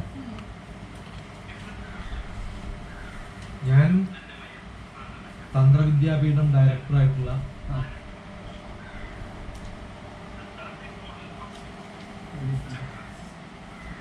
ഗിരീഷ് ഞാനും കൂടി ആണ് ആദ്യമായിട്ട് ഒമാനിൽ പോണത്. അപ്പൊ അവിടെ ലളിതാ സഹസ്രനാമം ചൊല്ലിക്കഴിയുമ്പോൾ ഒരു സ്ത്രീക്ക് ഉറഞ്ഞ തുള്ളി ബോധം കിട്ടതാണ് ഒരു പതിവാണ് സ്ത്രീ. അപ്പം ആരോ പറഞ്ഞു ഇങ്ങനെ തന്ത്രവിദ്യാപീഠം ഡയറക്ടറൊക്കെ അല്ലേ ഗിരീഷ്, അന്ന് അമൃത ടി വിയിൽ സ്ഥിരമായിട്ട് ഗിരീഷ് എൽ ഗിരീഷ് കുമാർ അല്ല ഞാനും കൂടെയാണ്, നമ്മളെ പയ്യന്മാരാണ്, ഞങ്ങൾ കൂടെയാ പോണത് പ്രഭാഷണങ്ങൾക്കും പൂജ പഠിക്കാനും പൂജ പഠിപ്പിക്കാനൊക്കെ. ഞാൻ തന്ത്രവിദ്യാപീഠം തുടങ്ങിയത് എൻ്റെ ഗുരുവിൻ്റെ ഗുരുവാണ്, മാധവ്ജി എന്നാണ്. തന്ത്രവിദ്യാപീഠം അടിച്ചു നോക്കിയാൽ കാണാം, മാധവ്ജിയാണ് തന്ത്രവിദ്യാപീഠം തുടങ്ങിയത്. മാധവ്ജിയുടെ ശിഷ്യനാണ് എൻ്റെ ബ്രഹ്മശ്രീ KP ശിഷ്യനാന്ന് പറയാൻ പറ്റില്ല, ഫ്രണ്ട്സാന്ന് പറയാം. അവരിങ്ങനെ അന്യോന്യം കൊളീഗ്സ് ആയിട്ട് സംസാരിച്ചുകൊണ്ടിരുന്ന ആൾക്കാർ ചായ കുടിക്കത്ത് ഒന്ന് എക്സ്ട്രാ ആണ്. എന്നിട്ട് ആൾക്ക് വന്നിട്ട് ചോദിച്ചു, ഗിരീഷിനോട് ചോദിച്ചു ഇങ്ങനെ ഒരു കുഴപ്പമുള്ള സ്ത്രീക്ക്. ഹസ്ബൻഡും വൈഫും ഫ്രണ്ട്സും എല്ലാവരും വന്നിട്ട് പറയാം ഒരു കൺസൾട്ടേഷൻ. അപ്പോൾ ഞാൻ സൈക്കോളജിയും MS സൈക്കോതെറാപ്പിയും കഴിഞ്ഞാണ്. അപ്പോൾ ഗിരീഷാണ് ഇങ്ങനത്തെ ഒരു കാര്യത്തിൽ ഇടപെടും, എന്നെക്കാളും ബെസ്റ്റ് ശശികുമാറാണ് പറഞ്ഞത്. ഞാനിങ്ങനെ ബെഡ്റൂമിൽ നിന്ന് എന്തോ എഴുതുമോ എന്തോ ചെയ്യായിരുന്നു. ഒരു ഹാളിലാണ് ഗിരീഷ് കുമാറിനെ കാണാൻ ആരോ വന്നിട്ടുണ്ടെന്നപ്പോൾ അയാൾ പുറത്തു പോയി. ഞങ്ങൾക്ക് അപ്പാർട്ട്മെന്റിലാണ് താമസിക്കുന്നത്. ഗിരീഷ് കുമാർ പുറത്തു പോയി. കുറച്ച് ഗിരീഷ് കുമാർ ഇല്ലാതെ ഇയാളാ ബെസ്റ്റാണ്, ഇയാളെ ഏൽപ്പിച്ചു. ഞാൻ ചോദിച്ചു എന്താ പ്രശ്നം എന്ന് ചോദിച്ചു. ആ പ്രശ്നം ഇയാളെ പറഞ്ഞാൽ മതി, എല്ലാം തീർത്ത് തരും. അതങ്ങനെ ഞങ്ങൾ തമാശ നിങ്ങൾ കുറച്ച് കഴിഞ്ഞാൽ ഇത്ര മക്കളെന്ന് ചോദിച്ചു. എന്താ പറയാ, ഇപ്പോൾ ഡിഗ്രി പഠിക്കണം, അപ്പോൾ കല്യാണമൊക്കെ ആവുമല്ലോ. കല്യാണമൊക്കെ ആകുമ്പോൾ ആൾക്കാർ പറയും ആ ഉറഞ്ഞു തുള്ളിയിട്ട് ബോധം കിട്ടു വരുന്ന സ്ത്രീയുടെ മക്കളാണ്, ശ്രദ്ധിക്കണേ, പാരമ്പര്യം ചെറുപ്പിലൊക്കെ ഉണ്ടാവും. അതാണ് ആദ്യം ഞാൻ കൊടുത്ത ദിവസം, മനസ്സിലായോ? പിന്നെ രണ്ടാമത് പറഞ്ഞത്, ഞാൻ ഈ ഗ്ലാസ്സിൽ കുറേ വെള്ളം ഒഴിച്ചു ചെയ്തു. ഇത്ര ഹൈറ്റിൽ നിന്ന് ഒഴിക്കണം, ഈ ഗ്ലാസ് താഴെ വീഴും. ഇല്ല, ഈ ഗ്ലാസ്സിന് നല്ല കനമുണ്ട്. അതേ സമയത്ത് ഒരു പേപ്പർ ഗ്ലാസ് വെച്ചിട്ട് ഞാൻ ഇത്ര ഹൈറ്റിൽ നിന്ന് ഒഴിച്ചാൽ എന്ത് പറ്റും? ഏത് പാത്രത്തിനും കൊടുക്കുന്ന എനർജി അബ്സോർബ് ചെയ്യാൻ കഴിയില്ലെങ്കിൽ താഴെ വീഴും. നിങ്ങൾക്ക് ഉൾക്കൊള്ളാൻ പറ്റാത്തതാണ് ലളിതാ സഹസ്രനാമെങ്കിൽ ആ പണിക്ക് പോകാൻ പാടില്ല. നാളെ മുതൽ ഈ സ്ത്രീ ഔട്ട്. അല്ലെങ്കിൽ ഇടക്കൊന്ന് വന്നിട്ട് കയറി പോയിക്കോ, അധികരിക്കരുത്. പിറ്റേ ദിവസം ഇവരിരുന്നു. ഒന്ന് മക്കളുടെ കല്യാണം മനസ്സിൽ, ലളിതൊന്നും ഇല്ല ഇപ്പൊ, മക്കളുടെ കല്യാണം മാത്രമാണ് ഉള്ളിൽ. ഇറങ്ങാണ്ട് ബോധക്കെട്ട് പൊട്ടിയാല് മക്കളുടെ ഭാവി. ഇങ്ങനെ കുറെ ട്രിക്ക് ഉണ്ട്, അത് പലതിലുണ്ട്. പല കാര്യങ്ങളിലും ഓരോ സംഭവങ്ങളിലും നമ്മൾ എങ്ങനെ ഡൈവേർട്ട് ചെയ്യണം, ചെയ്യണം, എവിടെ അറ്റൻഡ് ചെയ്യണം. അതാണ് അറ്റാച്ച്ഡ് ഡിറ്റാച്ച്മെന്റ്, ഡിറ്റാച്ച്ഡ് അറ്റാച്ച്മെന്റ്. ദേവിയോട് അറ്റാച്ച്മെന്റ് വേണം, പക്ഷെ ഡിറ്റാച്ച്ഡ് ആവണം. നിങ്ങൾ ഗൃഹസ്ഥാശ്രമികളാണ്, നിങ്ങൾക്ക് അതിനുള്ള കൽപ്പില്ല. ഇതൊക്കെ പറഞ്ഞ് പിറ്റേ ദിവസം ഇവർക്ക് ഒരു കുഴപ്പമില്ല, ബോധക്കേടില്ല. അപ്പൊ അവിടെയൊക്കെ സ്പ്രെഡ് ആയി. കാരണം സ്ഥിരമായിട്ട് ബോധം കെടുന്ന ആളാണ്. ലളിതാസഹസ്രനാമം വലിയ ഗ്രൂപ്പാണ്. ആരാ ഈ സ്ത്രീയുടെ അസുഖം പറ്റി? ഡോക്ടർ TP ആണ്. ഞാൻ ഭയങ്കര ഫേമസ് ആയിരുന്നു. എന്നോട് ഗിരീഷ് വെച്ചിട്ട് എങ്ങനെ മാറ്റിയത്? ഒന്നുമില്ല, നിങ്ങളെ ഭർത്താവിനെ കൊള്ളാത്തോണ്ടാന്ന് പറഞ്ഞതാന്ന് പറഞ്ഞു. കൊടുക്കേണ്ട ദിവസം ഇടയ്ക്ക് കൊടുത്താൽ മതി, എല്ലാം ശരിയാവും. വീട്ടിലെ കാര്യമാണ് ശരിക്കും ആലോചിക്കുന്നത്, ബാക്കി കാര്യമൊക്കെ പിന്നെയാന്ന് തോന്നുന്നത്. മനസ്സാണല്ലോ ദർപ്പണ സമയം. അപ്പൊ എല്ലാത്തിനും നമ്മൾ വെറും സ്പിരിച്വലൊന്നുമല്ല, ലൗകികവും സ്പിരിച്വലും ഒക്കെ മിക്സ്ഡ് ആയിട്ടുള്ള മനുഷ്യന്മാരാണ്. എനിക്ക് ഈ ലൗകികത്തിൽ യാതൊരു താല്പര്യമില്ല. ഞാൻ പരൻ സ്വാമി എന്നൊക്കെ പറഞ്ഞ് നടക്കുന്ന കുറെ സ്വാമികളെ അതിൽ ഏറ്റവും നല്ലത് നിത്യചൈതന്യ എഴുതി എന്റെ ഗുരുവാണ്. അപ്പൊ അദ്ദേഹം അമേരിക്കൻ ട്രിക്കൊക്കെ കഴിഞ്ഞ് തിരിച്ചു വന്നിട്ട് ഈ ശിഷ്യന്മാരൊക്കെ ഇരിക്കുമ്പോഴേക്കും എങ്ങനെ ഉണ്ടായിരുന്നു സ്വാമി, അവിടുത്തെ പെൺകുട്ടികളൊക്കെ കാണാൻ എന്താ ഭംഗി, അതും ചെറിയ ഷോർട്സ് ഒക്കെ ഇട്ടിട്ടേ ഇവിടുന്ന് കാണാത്ത എന്തൊക്കെ കണ്ട് ഞാൻ ആസ്വദിച്ചിട്ടാ വരുന്നു എന്ന് അറിയുന്നു. അപ്പൊ ഈ ശിഷ്യന്മാരൊക്കെ ഈ സ്വാമിനെ, ഓ നിങ്ങളുടെ ധാരണ ഇതൊന്നും സ്വാമി അവർ കാണാൻ പാടില്ല, ഞങ്ങൾക്കും കണ്ടില്ലേ, ഞങ്ങൾ ഇതൊക്കെ കാണും, മനസ്സിലായോ? പക്ഷെ ഇത് പച്ചയായിട്ട് പറയണമെങ്കിൽ അദ്ദേഹത്തിന്റെ യാത്ര എന്നുള്ള പുസ്തകമുണ്ട്, ഞാൻ എഴുതിയുടെ ശിഷ്യൻ, അതൊക്കെ വായിക്കണം. അതൊന്നും വായിക്കണില്ല, അതുകൊണ്ടാണ് ഇങ്ങനെ പറയാൻ പറ്റുന്നത്. എന്റെയൊക്കെ ശക്തി എന്ന് പറയുന്ന വായനയാണ്. ഇന്നൊന്നും ഞാൻ വായിക്കണില്ല, പക്ഷെ പരന്ന് നിരന്ന് വായിച്ച കാലമുണ്ട് നിങ്ങളുടെയൊക്കെ പ്രായത്തിൽ. വൈൽഡ് റീഡർ അല്ല, വൈൽഡ് റീഡർ എന്നാണ്. യാത്ര എന്നൊരു ബുക്കുണ്ട്. എന്റെ നിത്യചൈതന്യ എഴുതിയുടെ ശിഷ്യൻ എന്റെ കൂടെ വീട്ടിലൊന്ന് കിടക്കാറുണ്ട്. അദ്ദേഹത്തിന്റെ യതിചരിതം എഴുതിയ ഷൗക്കത്ത്, ഞാൻ കാലിക്കറ്റുള്ള സമയത്ത് എന്റെ ഷൗക്കത്തിന്റെ പ്രഭാഷണം യൂട്യൂബിലെല്ലാം കണ്ടിട്ടുണ്ടാവും. നല്ല ഷൗക്കത്തും ജോസഫും. ജോസഫ് ചെറുപുഴക്കാരനാണ്, പാറമടയാണ് ഷൗക്കത്ത്. അപ്പൊ ഇവരൊക്കെ ഞാൻ ഇടക്കിടക്കാണ്. അന്ന് ഒന്നുമില്ല പതിവ്. ഒരു ദിവസം ആരോ പറഞ്ഞു, ഞാൻ എൻ്റെ അടുത്ത് ട്രെയിനിങ് നടക്കുന്ന നമ്മൾ ഷൗക്കത്തിനെ കാണുന്നെനിക്ക്. അന്ന് യതിചരിതം ഇറങ്ങിയ സമയം ഇതേ ഷൗക്കത്തിനെ കാണുന്നു. ഞാൻ 1-2 പേരോട് പറഞ്ഞു. അതൊക്കെ കഴിഞ്ഞിട്ട് തളിപ്പറമ്പിൽ എന്തോ ഒരു പ്രഭാഷണത്തിൽ നടന്ന സമയത്ത് ഏതോ ഒരാളെ കാണും, ഇവനാണ് ഷൗക്കത്ത്. അന്ന് ഈ പടങ്ങളൊന്നുമില്ല, ഇയാളാണ് ഷൗക്കത്ത്. നിന്റെ മനസ്സിൽ ഇങ്ങനെ പ്രഭാഷണം നടത്തുമ്പോൾ ഇയാളെ ഞാൻ ഷൗക്കത്താണ് എന്റെ ധാരണ. പ്രഭാഷണം കഴിഞ്ഞ ഉടനെ അയാൾ എൻ്റെ അടുത്ത് ഇങ്ങനെ വരാൻ കുറെ പേര് ഇങ്ങനെ നമ്മൾ കൂടെ നിൽക്കും. അപ്പൊ ഷൗക്കത്താണോ എന്ന് ചോദിച്ചു. ആണെന്നോ. അപ്പൊ ഞാനിന്ന് യൂണിവേഴ്സിറ്റി കാറുമായിട്ടാണ് കോഴിക്കോട് നിന്ന് തലപ്പുറം വരെ പ്രഭാഷണത്തിൽ ഇരുന്നത്. ഞാൻ ഇറങ്ങി ഉടനെ ഡ്രൈവർ പറഞ്ഞു നിങ്ങൾ പോകും, നാളെ രാവിലെ ഓഫീസ് നിങ്ങൾ പോ. ഷൗക്കത്തിനെ കണ്ടിട്ടുണ്ട്, എനിക്ക് ആരുടെ കൂടെ പ്രസംഗിക്കുന്നത്. ഷൗക്കത്തോട് ചോദിച്ചു നിങ്ങൾ കോഴിക്കോട് വരെ ചോദിച്ചു. അപ്പൊ ഇല്ല പറഞ്ഞപ്പോഴാണ് വിട്ടത്. എവിടെ പോകണം? ചെറുപുഴ പോകണം. ചെറുപുഴ പോകണമെന്ന് നിർബന്ധമാണോ? കോഴിക്കോട് ഇല്ല, എനിക്ക് പോകണം. അവന് നമ്മളൊന്നും പ്രാധാന്യമൊന്നുമില്ല. എന്നാ പറഞ്ഞാൽ നിന്റെ കൂടെ വരും ചെറുപുഴ. ചെറുപുഴ എത്തില്ല എന്ന് ഉറപ്പാണ് എനിക്ക്. കാരണം എന്റെ പ്രഭാഷണം കഴിയുന്നത് 8-9 മണി. അന്നത്തെ പോലെ ബസ്സൊന്നുമില്ല. ഞങ്ങൾ പയ്യന്നൂർ പോയിട്ട് ചോദിച്ചു, എന്റെ ഏട്ടൻ അവിടെ ഉണ്ട്, ശ്രീധരൻ. ഏട്ടൻ ഇങ്ങനത്തെ ആൾക്കാരൊന്നും കൊണ്ടുപോയിട്ട് ഇപ്പൊ നിങ്ങളിപ്പോ ഞാൻ നല്ല ചെറുത്തോണ്ട് ഏട്ടനൊന്നും അങ്ങനെ കൊണ്ടുപോകാൻ പറ്റും. ഏട്ടൻ വേറെ വെറൈറ്റിയാണ്. അപ്പൊ ഞാൻ ഷൗക്കത്തോട് എന്റെ ഏട്ടൻ ഇവിടെ ഉണ്ട്, എനിക്ക് പോയി കിടക്കാം, നിന്നെ എനിക്ക് കൊണ്ടുപോകാൻ പറ്റില്ല. പക്ഷെ എന്റെ സുഹൃത്തുണ്ട് പ്രീഡിഗ്രിക്ക് പോയിച്ച വിജയൻ, ഒരു ഹോട്ടലാണ് വിജയന്റെ വീട്ടിൽ. എപ്പോഴോ ഉള്ള ആൾ കുറെ കൊല്ലങ്ങൾക്ക് ശേഷം രാത്രി അർദ്ധരാത്രി വിജയന്റെ വീട്ടിൽ പോയിട്ട് കിടന്നുറങ്ങാൻ ലോഡ്ജ് എടുക്കാൻ. ഞാൻ പറഞ്ഞു ഷൗക്കത്തോട് നമുക്ക് ബസ് സ്റ്റാൻഡിൽ കിടക്കാം. പക്ഷേ ഞാൻ ബസ് സ്റ്റാൻഡിൽ കിടന്ന രാവിലെ പത്രത്തിൽ യൂണിവേഴ്സിറ്റി ഡയറക്ടർ ബസ് സ്റ്റാൻഡിൽ കിടന്നുറങ്ങുന്നു. എല്ലാവർക്കും എന്നെ അറിയാം, ഈ കോളേജുകളൊക്കെ എന്റെ കീഴിലാണ്. ഏതൊക്കെ ഒത്തിരി ബുദ്ധി തോന്നിയാ പോരെ. അതൊന്നും എനിക്ക് പറ്റില്ല, ഇവരെ വിടാനും തോന്നില്ല. ഞാൻ വിജയന്റെ കൂടെ പോയി. വിജയൻ പറഞ്ഞു അവന്റെ വീട് പൊളിച്ചൊട്ടിട്ടത് കൺസ്ട്രക്ഷൻ. നമുക്ക് എല്ലാവർക്കും കൂടി വേറൊരു ഫ്രണ്ട് ഉണ്ട് വിജയകുമാർ, അവൻ്റെ അടുത്ത് പോകാം. എന്നിട്ട് രാത്രി അവൻ്റെ അടുത്ത് പോയി രാത്രി 3-3:30 വരെ ഡിസ്കസ് ചെയ്ത് അവന് അവിടെ ചെറുപുഴയിൽ നാളെ രാവിലെ വണ്ടി കയറ്റി വിട്ടോ. ഞാൻ രാവിലത്തെ ബസ്സിന് കോഴിക്കോട്. ഈ ഷൗക്കത്ത് എന്നെ അടുത്ത് വരാൻ പറ്റില്ല എന്ന് പറഞ്ഞാൽ വിജയകുമാർ അടുത്ത് 3 ദിവസം താമസിച്ചിട്ട് അവന് ചെറുപുഴ പോയത്. മനസ്സിലായോ? അങ്ങനെയാണ് ഞാനും ഷൗക്കത്തൊക്കെ. അപ്പൊ അങ്ങനെയാണ് ഞാൻ യതീനെയൊക്കെ പരിചയപ്പെടുന്നത്. അപ്പൊ പരിവ്രാജകൻ എന്ന് പറഞ്ഞാൽ ഇങ്ങനെയാണ്. ഞാനും ഒരു പരിവ്രാജകനായിരുന്നു.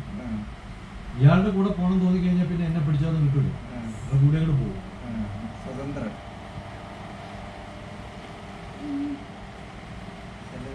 അങ്ങനെയാണ് വിസ്ഡം വരുന്നത്. വിസ്ഡം വരുന്ന വഴി. ഒരു ദിവസം ഇതേപോലെ ജോസഫ് വന്നു. ജോസഫ് ബെഡാകത്തുണ്ട്. ഇല്ല, ഞാൻ പുറത്ത് കിടന്നിട്ടേ ശരിയുള്ളൂ, വെറും പറയാൻ. ഞാൻ പായൊന്നും വേണ്ട. കൈലാസത്തിൽ നിന്ന് നടന്നിട്ട് കേരളത്തിൽ വരും, കേരളത്തിൽ നിന്ന് തിരിച്ചു വന്നു. ഒരു കൊല്ലത്തെ പണിയാണ്. എന്താ വേണ്ടത്, എന്തിനാ നടക്കണം വെച്ചാൽ ആർക്കും അറിയില്ല. ഇവരൊക്കെയാണ് പരിപാടി വെറുതെ നടക്കും. ഷൗക്കത്ത് അറ്റ്ലീസ്റ്റ് ബുക്ക് എഴുതിയിട്ടും പ്രഭാഷണം നടത്തിയിട്ടും യൂട്യൂബിലായിട്ടും. ജോസഫ് ഒന്നും ചെയ്യാം, വെറും സാധനം. പക്ഷെ വിവരം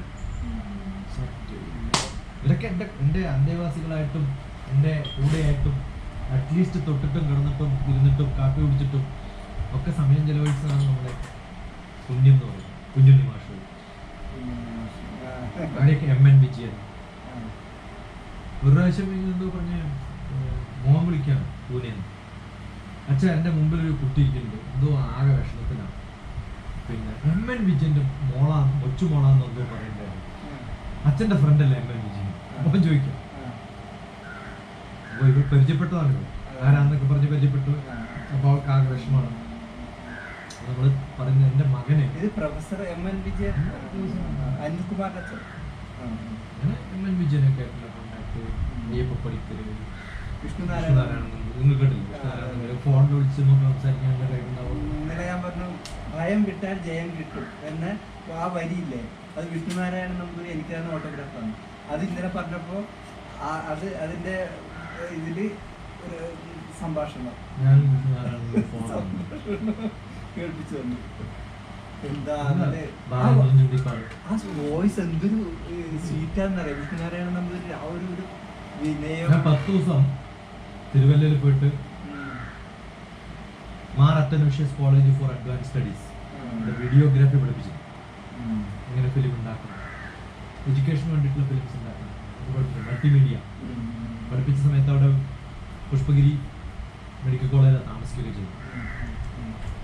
അപ്പോൾ എന്നോട് ഭക്ഷണമൊക്കെ പറഞ്ഞു, കുറേ ചക്ക തന്നിട്ട് ചക്ക വന്നു. ചക്ക സീസണേയാണ്. ഏറ്റവും ദിവസം ഒരു ചക്ക ഉണ്ടാക്കണമെന്ന് എവിടുന്ന തപ്പിക്കൊണ്ടെന്നൊന്നും അറിയില്ല. നമ്മൾ എന്ത് വേണമെന്ന് പറഞ്ഞാലും തരുമോന്നൊരു ടെസ്റ്റ് നടത്തിയതാണ്. ക്രിസ്ത്യൻസ് അല്ലേ, അവിടെ കോണ്ടാക്ട്സും കണക്ഷൻസും ഭയങ്കരല്ലേ. എത്ര കിലോമീറ്റർ ദൂരത്തിൽ വരുന്ന അറിയാമെങ്കിൽ നിങ്ങൾ പറഞ്ഞ് നമ്മൾ കൊണ്ടുവരും. അങ്ങനെ ഇരിക്കുന്ന സമയത്താണ് ഞാൻ ഈ വിഷ്ണുനാരായണൻ നമ്പൂരി പൂജ ചെയ്യുന്ന ഇടത്തൊക്കെ വൈകുന്നേരം പോകുന്നത്. തിരുവല്ലയിലാണ്. അപ്പം ഞാൻ തിരുവല്ല താമസിച്ചിട്ടുണ്ട് 10 ദിവസം, കോട്ടയത്ത് 10 ദിവസം. അങ്ങനെ ഞാൻ താമസിക്കാത്ത സ്ഥലങ്ങളൊക്കെ കുറവാണ്. ദേവഘർ അടുത്ത കാലത്ത് ആര് രാവണൻ ഇൻസ്റ്റാൾ ചെയ്ത ശിവലിംഗമാണ്.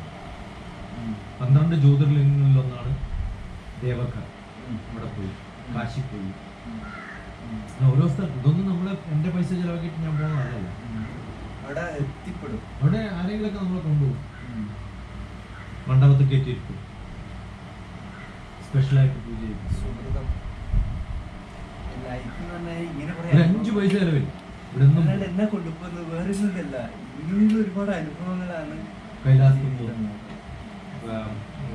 ഇവിടെ പോകുന്നു. ഞാൻ അടുത്ത കാലത്ത് ഊഞ്ചായി എന്ന് പറയുന്ന സിനിമ അമിതാഭ് ബച്ചന്റെ കണ്ടപ്പോഴാണ് എവറസ്റ്റ് പോയില്ലല്ലോ. 3 മാസം കഴിയുമ്പോഴത്തേക്കും ടിബറ്റിൽ ലെക്ചർ കിട്ടുന്നു. ടിബറ്റുകാർ ചോദിക്കുന്നു, പിന്നെ എവറസ്റ്റ് പോയി. നമ്മൾ എവറസ്റ്റിൽ 3 kilometres I don't want to spend 3 lakhs for this. Who is asking you to spend? We are taking you. Are you ready? Helicopter is ready. Come. ഇവിടെ പോവാ. പോലെ മാത്രമല്ല, I record it, I make video. So you must see Everest property.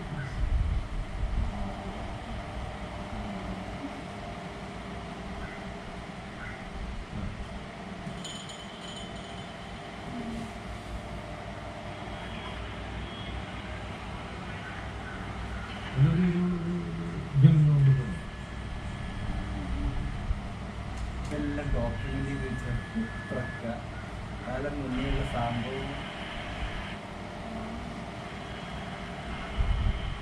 അതും ഹെലികോപ്റ്ററിന് മുമ്പിലായിരിക്കണം.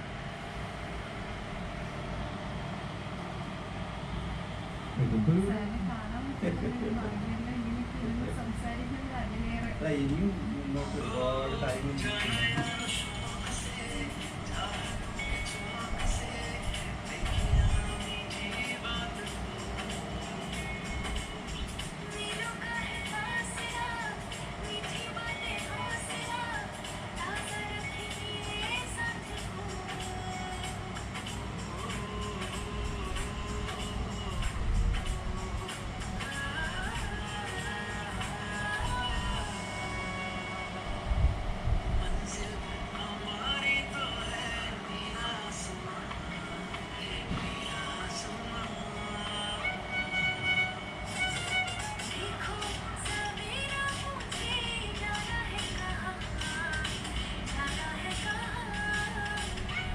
അപ്പൊ നമ്മൾ ഇറങ്ങുമ്പോഴത്തേക്ക് റെഡിയായിട്ടുള്ള camera കൊണ്ട് നല്ലത് എടുക്കാൻ പറ്റുള്ളൂ.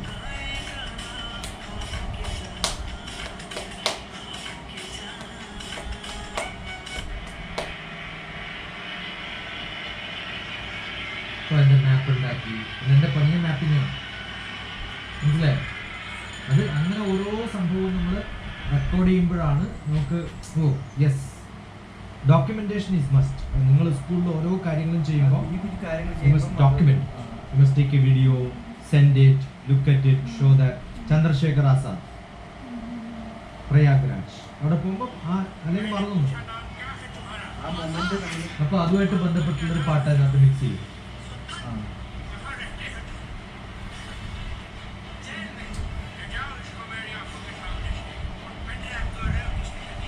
ആസാദിനെ കുറിച്ചുള്ളൊരു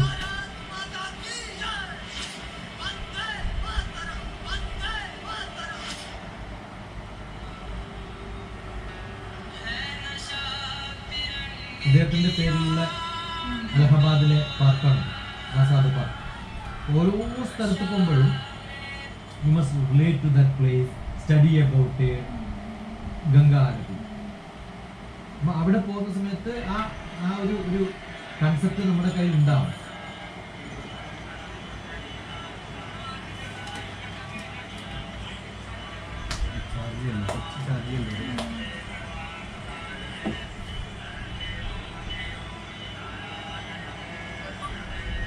നമ്മുടെയൊക്കെ ചെറുപ്പം മുതലുള്ളതാണ് ദേവീ സങ്കല്പം അല്ലേ? മാത്രം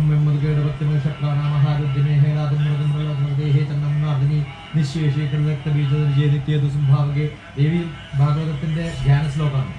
ഇതൊക്കെ നമ്മൾ സ്ഥിരം ചൊല്ലിയിരുന്നതാണ്. അതില്ലാതെ ഭക്ഷണം കിട്ടില്ല. അപ്പൊ ദേവി സങ്കല്പം നമ്മൾ എന്തോന്ന് ചോദിച്ചാൽ ദേവിയുടെ മക്കളാണെന്നേ പറയാൻ പറ്റൂ. അങ്ങനെ വളർന്നതാണ്. So you must have ഒരു ഏറ്റവും സ്ട്രോങ് ആയിട്ടുള്ള ഒരു സങ്കല്പം എന്ന് പറയുന്നത് ദേവി സങ്കല്പം തന്നെയാണ്. നമ്മുടെയൊക്കെ ബേസിക്കലി ഭാരതീയരെല്ലാവരും ദേവി ഭക്തന്മാരാണ്.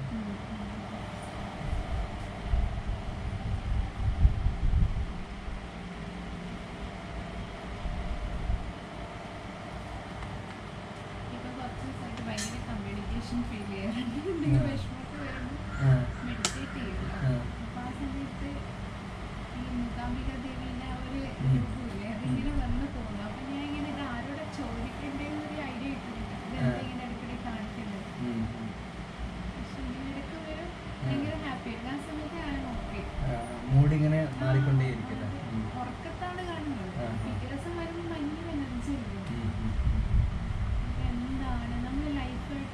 ഒരു പർപ്പസ് അല്ലേ ലൈഫ്.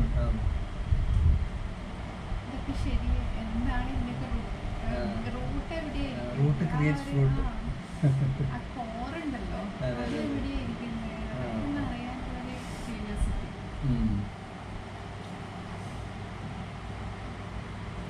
ക്ലാരിറ്റി കിട്ടിക്കഴിഞ്ഞാൽ മുന്നോട്ട് പോകാൻ ധൈര്യം കിട്ടും. പിന്നെ എല്ലാവരും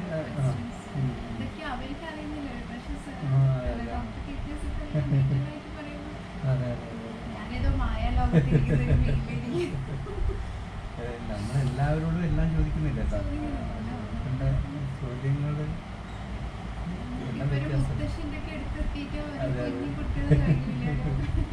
എന്താണ്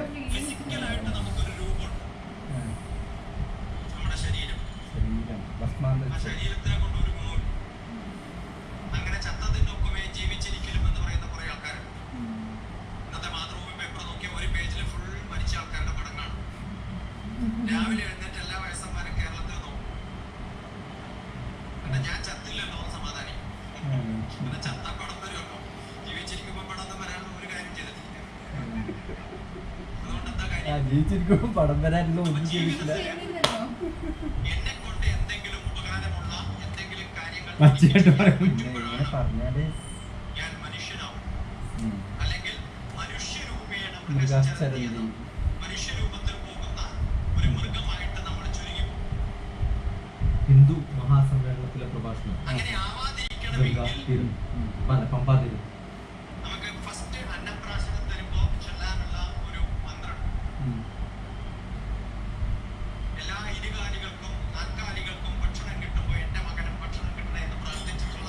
അതെ അത് ജനങ്ങൾ ഭാരതത്തിലുണ്ട്. എല്ലാവർക്കും ഭക്ഷണം കിട്ടിയില്ലെങ്കിലും എനിക്ക് കിട്ടണേ എന്ന് പ്രാർത്ഥിക്കുന്ന ഭാരതീയ സങ്കല്പമല്ല. ഇതൊക്കെ സങ്കല്പങ്ങളാണ്. ഇതിന്റെ ശാസ്ത്രം എന്താണ് എന്ന് നമ്മൾ ഷണ്ണോധിപദേശം ചതുഷ്പതി എന്നാണ് മന്ത്രം. വസുദൈവ കുടുംബകം എന്നൊക്കെ പറയുമ്പോൾ ഉടനെ തന്നെ അടുത്ത വാക്ക് പറയും ഞങ്ങളുടെ ആൾക്കാർ. ഈ വസുദൈവ കുടുംബകം പറഞ്ഞാൽ ഞങ്ങളുടെ ആൾക്കാർ നിങ്ങളുടെ ആൾക്കാർ വേറെ ഇല്ല, എല്ലാവരും ഒരാളെ ഉള്ളൂ. അങ്ങനെ കാണാവുന്ന ഒരു ശാസ്ത്രം, അതാണ് മാനവികത. ഇംഗ്ലീഷിൽ ഹ്യൂമൻ ബീയിങ് ഹ്യൂമൻ എന്നാണ്. സോഷ്യൽ ബീയിങ് സോഷ്യൽ എന്നാണ്.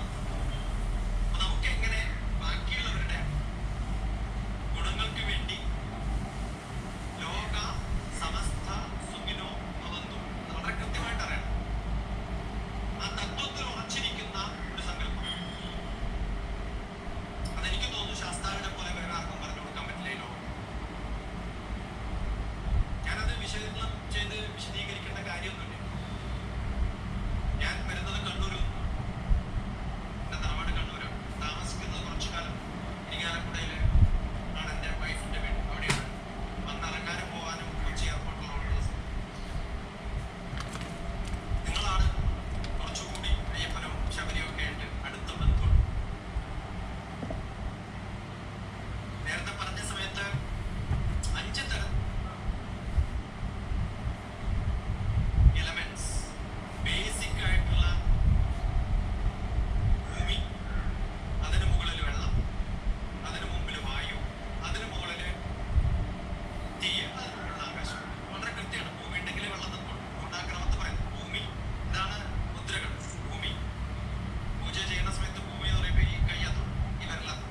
ഭൂമി, വെള്ളം, ആകാശം, വായു, അഗ്നി, വായു, പിന്നെ ആകാശം. ഈ പഞ്ചഭൂതാത്മകമായ മനുഷ്യന്മാർ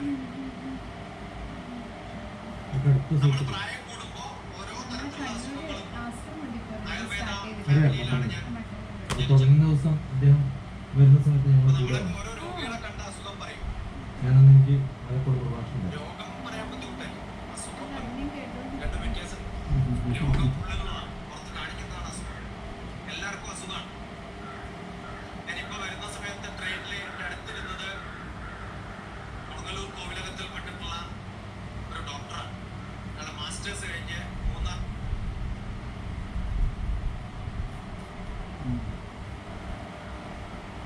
കമ്പ ഡോക്ടർ ടീച്ചേഴ്സ് വെച്ചത് കേട്ടോ. ആരോ വിറ്റിട്ടോ ഇപ്പൊ അറിയാണ്ട് കണ്ടപ്പോ ഞാൻ നോക്കിയത്. അതായത് എന്റെ കോപ്പി ചെയ്തിട്ടിരിക്കുന്നു. സജു കേസ്. ഇത് Mizhiyoram counselling session TV programme in Dubai. Mizhiyoram. അവിടുത്തെ സൂര്യല്ല സൂര്യല്ല അത് അവിടുത്തെ TV ആണ്, അവിടുത്തെ ചാനൽ. മിഴിയോരം കുറേ ആള് ചോദിക്കും NTV ആണ്. NTV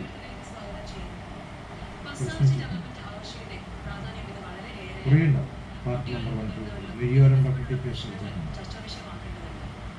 പേഴ്സണാലിറ്റി ഡെവലപ്മെന്റിലൂടെ നമ്മുടെ ജീവിതത്തിൽ എങ്ങനെ വിജയം കൈവരിക്കാമെന്നുള്ളതാണ് ഇന്ന് ഇവിടെ ഡിസ്കസ് ചെയ്യുന്നത്. ഇതൊക്കെ നമുക്ക് എങ്ങനെയെങ്കിലും അല്ലേ ഇതൊക്കെ കുറക്കാനുള്ള എന്തെങ്കിലും അല്ല ഇത് തന്നെയാണ് അല്ലേ കുറക്കൽ എന്ന് പറഞ്ഞാൽ ഇതുപോലെ ഒരു ഗ്രൂപ്പിലെ എഡ്യൂക്കേഷൻ ബേസ് ഫൗണ്ടേഷൻ പാരന്റിങ് എല്ലാം ഓഫർ ചെയ്യുന്നുണ്ടല്ലോ. ഇതുപോലെ ഒരു ഗ്രൂപ്പ് ഡെവലപ്പ് ഡ്രഗ്സ് ഒന്നും അല്ല പ്രോബ്ലം. ഈ ലോകം പ്രോബ്ലം എന്താ അറിയോ? ഉണ്ടാക്കാനൊന്നും കുറേ കുട്ടികൾക്ക് അവരുടെ അച്ഛനും അമ്മയും കമ്പനിയാണ്. കമ്മ്യൂണിക്കേഷൻ ഗ്യാപ്പാണ്. അല്ലാണ്ട് അവർക്ക് കമ്മ്യൂണിക്കേറ്റ് ചെയ്യാൻ ടീച്ചേഴ്സിന് യോഗ്യതയില്ല. അവരൊരു ലഹരിയല്ല, ടീച്ചേഴ്സ് ലഹരിയാവുന്നില്ല. പിന്നെ വേണ്ടത് കൗൺസിലിംഗ് പറഞ്ഞിട്ട് കുറെ പേര് വെച്ചിട്ടുണ്ട്. അവരൊക്കെ യൂസ്ലെസ് ആണ്. സ്കൂളിലെല്ലാം എന്തിനാന്ന് കാരണം എന്താ വെച്ചാൽ മിക്കവാർക്കും ആൾക്കാർക്ക് അറിയില്ല.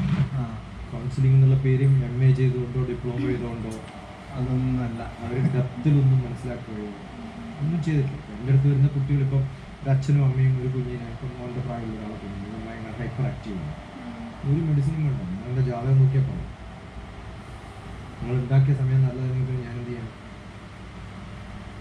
റൈറ്റ്. അച്ഛൻ്റെ അമ്മേൻ്റെയും ജാതകം നോക്കും, മോൻ്റെ ജാതകം നോക്കും. 1 2 പ്രാവശ്യം അറിയാണ്ട് പറഞ്ഞിട്ടുണ്ട് 100 കുട്ടികളാണ്. ഒരു അച്ഛനെയും അമ്മയും കുട്ടിയെ കൊണ്ടുവന്നിട്ട് കൗൺസിലിങ്ങിന് വരുമ്പോൾ ഹൈപ്പർ ആക്റ്റീവ് ആയിട്ടുള്ള ഒരു കുട്ടിയെ നിങ്ങളുടെ മകനല്ല, അമ്മയുടെ നോക്കും അച്ഛനെ നോക്കും തെറ്റാണെങ്കിൽ നിങ്ങൾ ചാലഞ്ച് ചെയ്യും, നിങ്ങളുടെ മാനദണ്ഡം ഞാൻ പ്രൂവ് ചെയ്യും. നിങ്ങൾ തമ്മിലുള്ള ബന്ധം എനിക്കറിയാം. റിയാലിറ്റി തന്നെ പറയുമ്പോ ഐ നോ 100%. നോക്കിയാൽ പറയുന്നുണ്ട് നിങ്ങളുടെ കുട്ടിയാണ്. ആസ്ട്രോളജിയിൽ ജിം ജിം പറയാൻ പറ്റുന്ന ഒരാളാണെങ്കിൽ അങ്ങനെ പറയാൻ പറ്റും. പക്ഷെ അങ്ങനെ പറയാവോ? അവരതിനെ ഡിപ്രഷനിലേക്ക് പോകില്ലേ? അധികം നമ്മൾ നോക്കിയിട്ടില്ല. ആ കുഞ്ഞിനെ അടിച്ചതിനാ ഈ ഇന്ന് വന്ന കുഞ്ഞിനെ കണ്ടില്ല. ഏറ്റവും ആക്റ്റീവ് ആയിട്ടുള്ള പിള്ളേർ അവർക്ക് അത് ഫീൽ ആവൂല അല്ലെ? നമ്മളത് അറിയണം. ആരോടെ പറയാവൂ ആരോടെ പറയരുത് നടന്നിട്ടേ അറിയണം. അവരെ മനസ്സിൽ പിടിക്കാൻ പറ്റും. പിന്നെ നമ്മളെങ്ങനെ ഒരു സൗമ്യമായിട്ട് എങ്ങനെയാ പറയാ? ഹസ്ബൻഡിനെ മാത്രം വിളിച്ചിട്ടും വൈഫിനെ മാത്രം വിളിച്ചും പറയണം. തെറ്റല്ല, അവര് ദത്തെടുത്താ. നിങ്ങളെന്തിനും തെറ്റായിട്ട് ധരിക്കണേ? നിങ്ങൾ രണ്ടാളും തെറ്റായിട്ട് ധരിച്ചു. ആ കാരണമുള്ളപ്പോഴല്ലേ നിങ്ങൾക്ക് പെശകുള്ളൂ അങ്ങനെ പബ്ലിക്കായിട്ട് പറയാവോ എന്നൊക്കെ. അല്ല ഭയം ദത്തെടുത്തൂടെ? ഞാൻ തെറ്റൊന്നും പറഞ്ഞിട്ടില്ലല്ലോ. നിങ്ങളെ കുട്ടിയല്ലാന്നല്ലേ ഞാൻ പറഞ്ഞിട്ടുള്ളൂ. ഇപ്പൊ ഞാൻ അങ്ങനെ ചോദിച്ചുകൊണ്ടല്ലേ ഈ ഉത്തരം വന്നത്. അത് ചിലത് അങ്ങനെ ചോദിക്കാൻ പാടുണ്ടോ? അല്ല അപ്പൊ എന്ത് പറ്റും, ഒന്നുകിൽ നിങ്ങൾ തന്നിട്ടുള്ള ടൈം തെറ്റാണ്. നിങ്ങളുടെ കുഞ്ഞെ നിങ്ങൾ എപ്പോഴാ പ്രസവിച്ചത് നിങ്ങൾക്ക് അറിയണം. അങ്ങനെ വേണ്ട. ഡോക്ടർ TPSന്റെ ടൈമും ഡേറ്റും അറിയില്ല അച്ഛനും അമ്മക്കും. കാരണം അമ്മക്കും അച്ഛനും വിദ്യാഭ്യാസം ഇല്ല. ബേസിക്കലി നമ്മൾ തോട്ട് പോകുന്നത് ഒരു നെഗറ്റീവാണ്. ഉള്ളിൽ പോയത് വേറെ ആൻസറാണ്. നമ്മൾ പറയില്ലേ ഇതൊന്നും നമ്മളെ മക്കളല്ല, നമ്മളിലേക്ക് കൂടി വരുന്നില്ല. ഒരു ടൂള്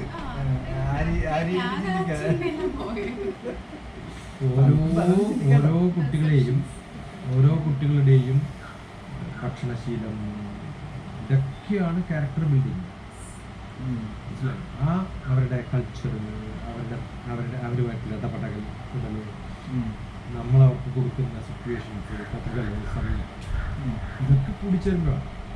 അതല്ലാത്ത നിങ്ങൾക്ക് ഇപ്പം നാരായണൻകുട്ടി കണ്ടാലും ഇവിടെ വന്ന എല്ലാ ടീച്ചർമാരും ഒക്കെ എത്ര അറ്റാച്ച്ഡ് ആയിട്ടാണ്. ചിലപ്പോ നല്ല കരഞ്ഞ കുട്ടി നോക്കാം, പാട്ട് പാടാൻ നല്ല കഴിവുള്ള കുഞ്ഞിവിടെ വന്ന് കരഞ്ഞ് കുറച്ച് സമയം എൻ്റെ അടുത്തിരുന്ന് ശരിയാക്കിയപ്പോ റെഡിയില്ലേ? നല്ല പാട്ട് നല്ല പാട്ട് പക്ഷെ ഇവർക്കൊരു ഭയമാണ്.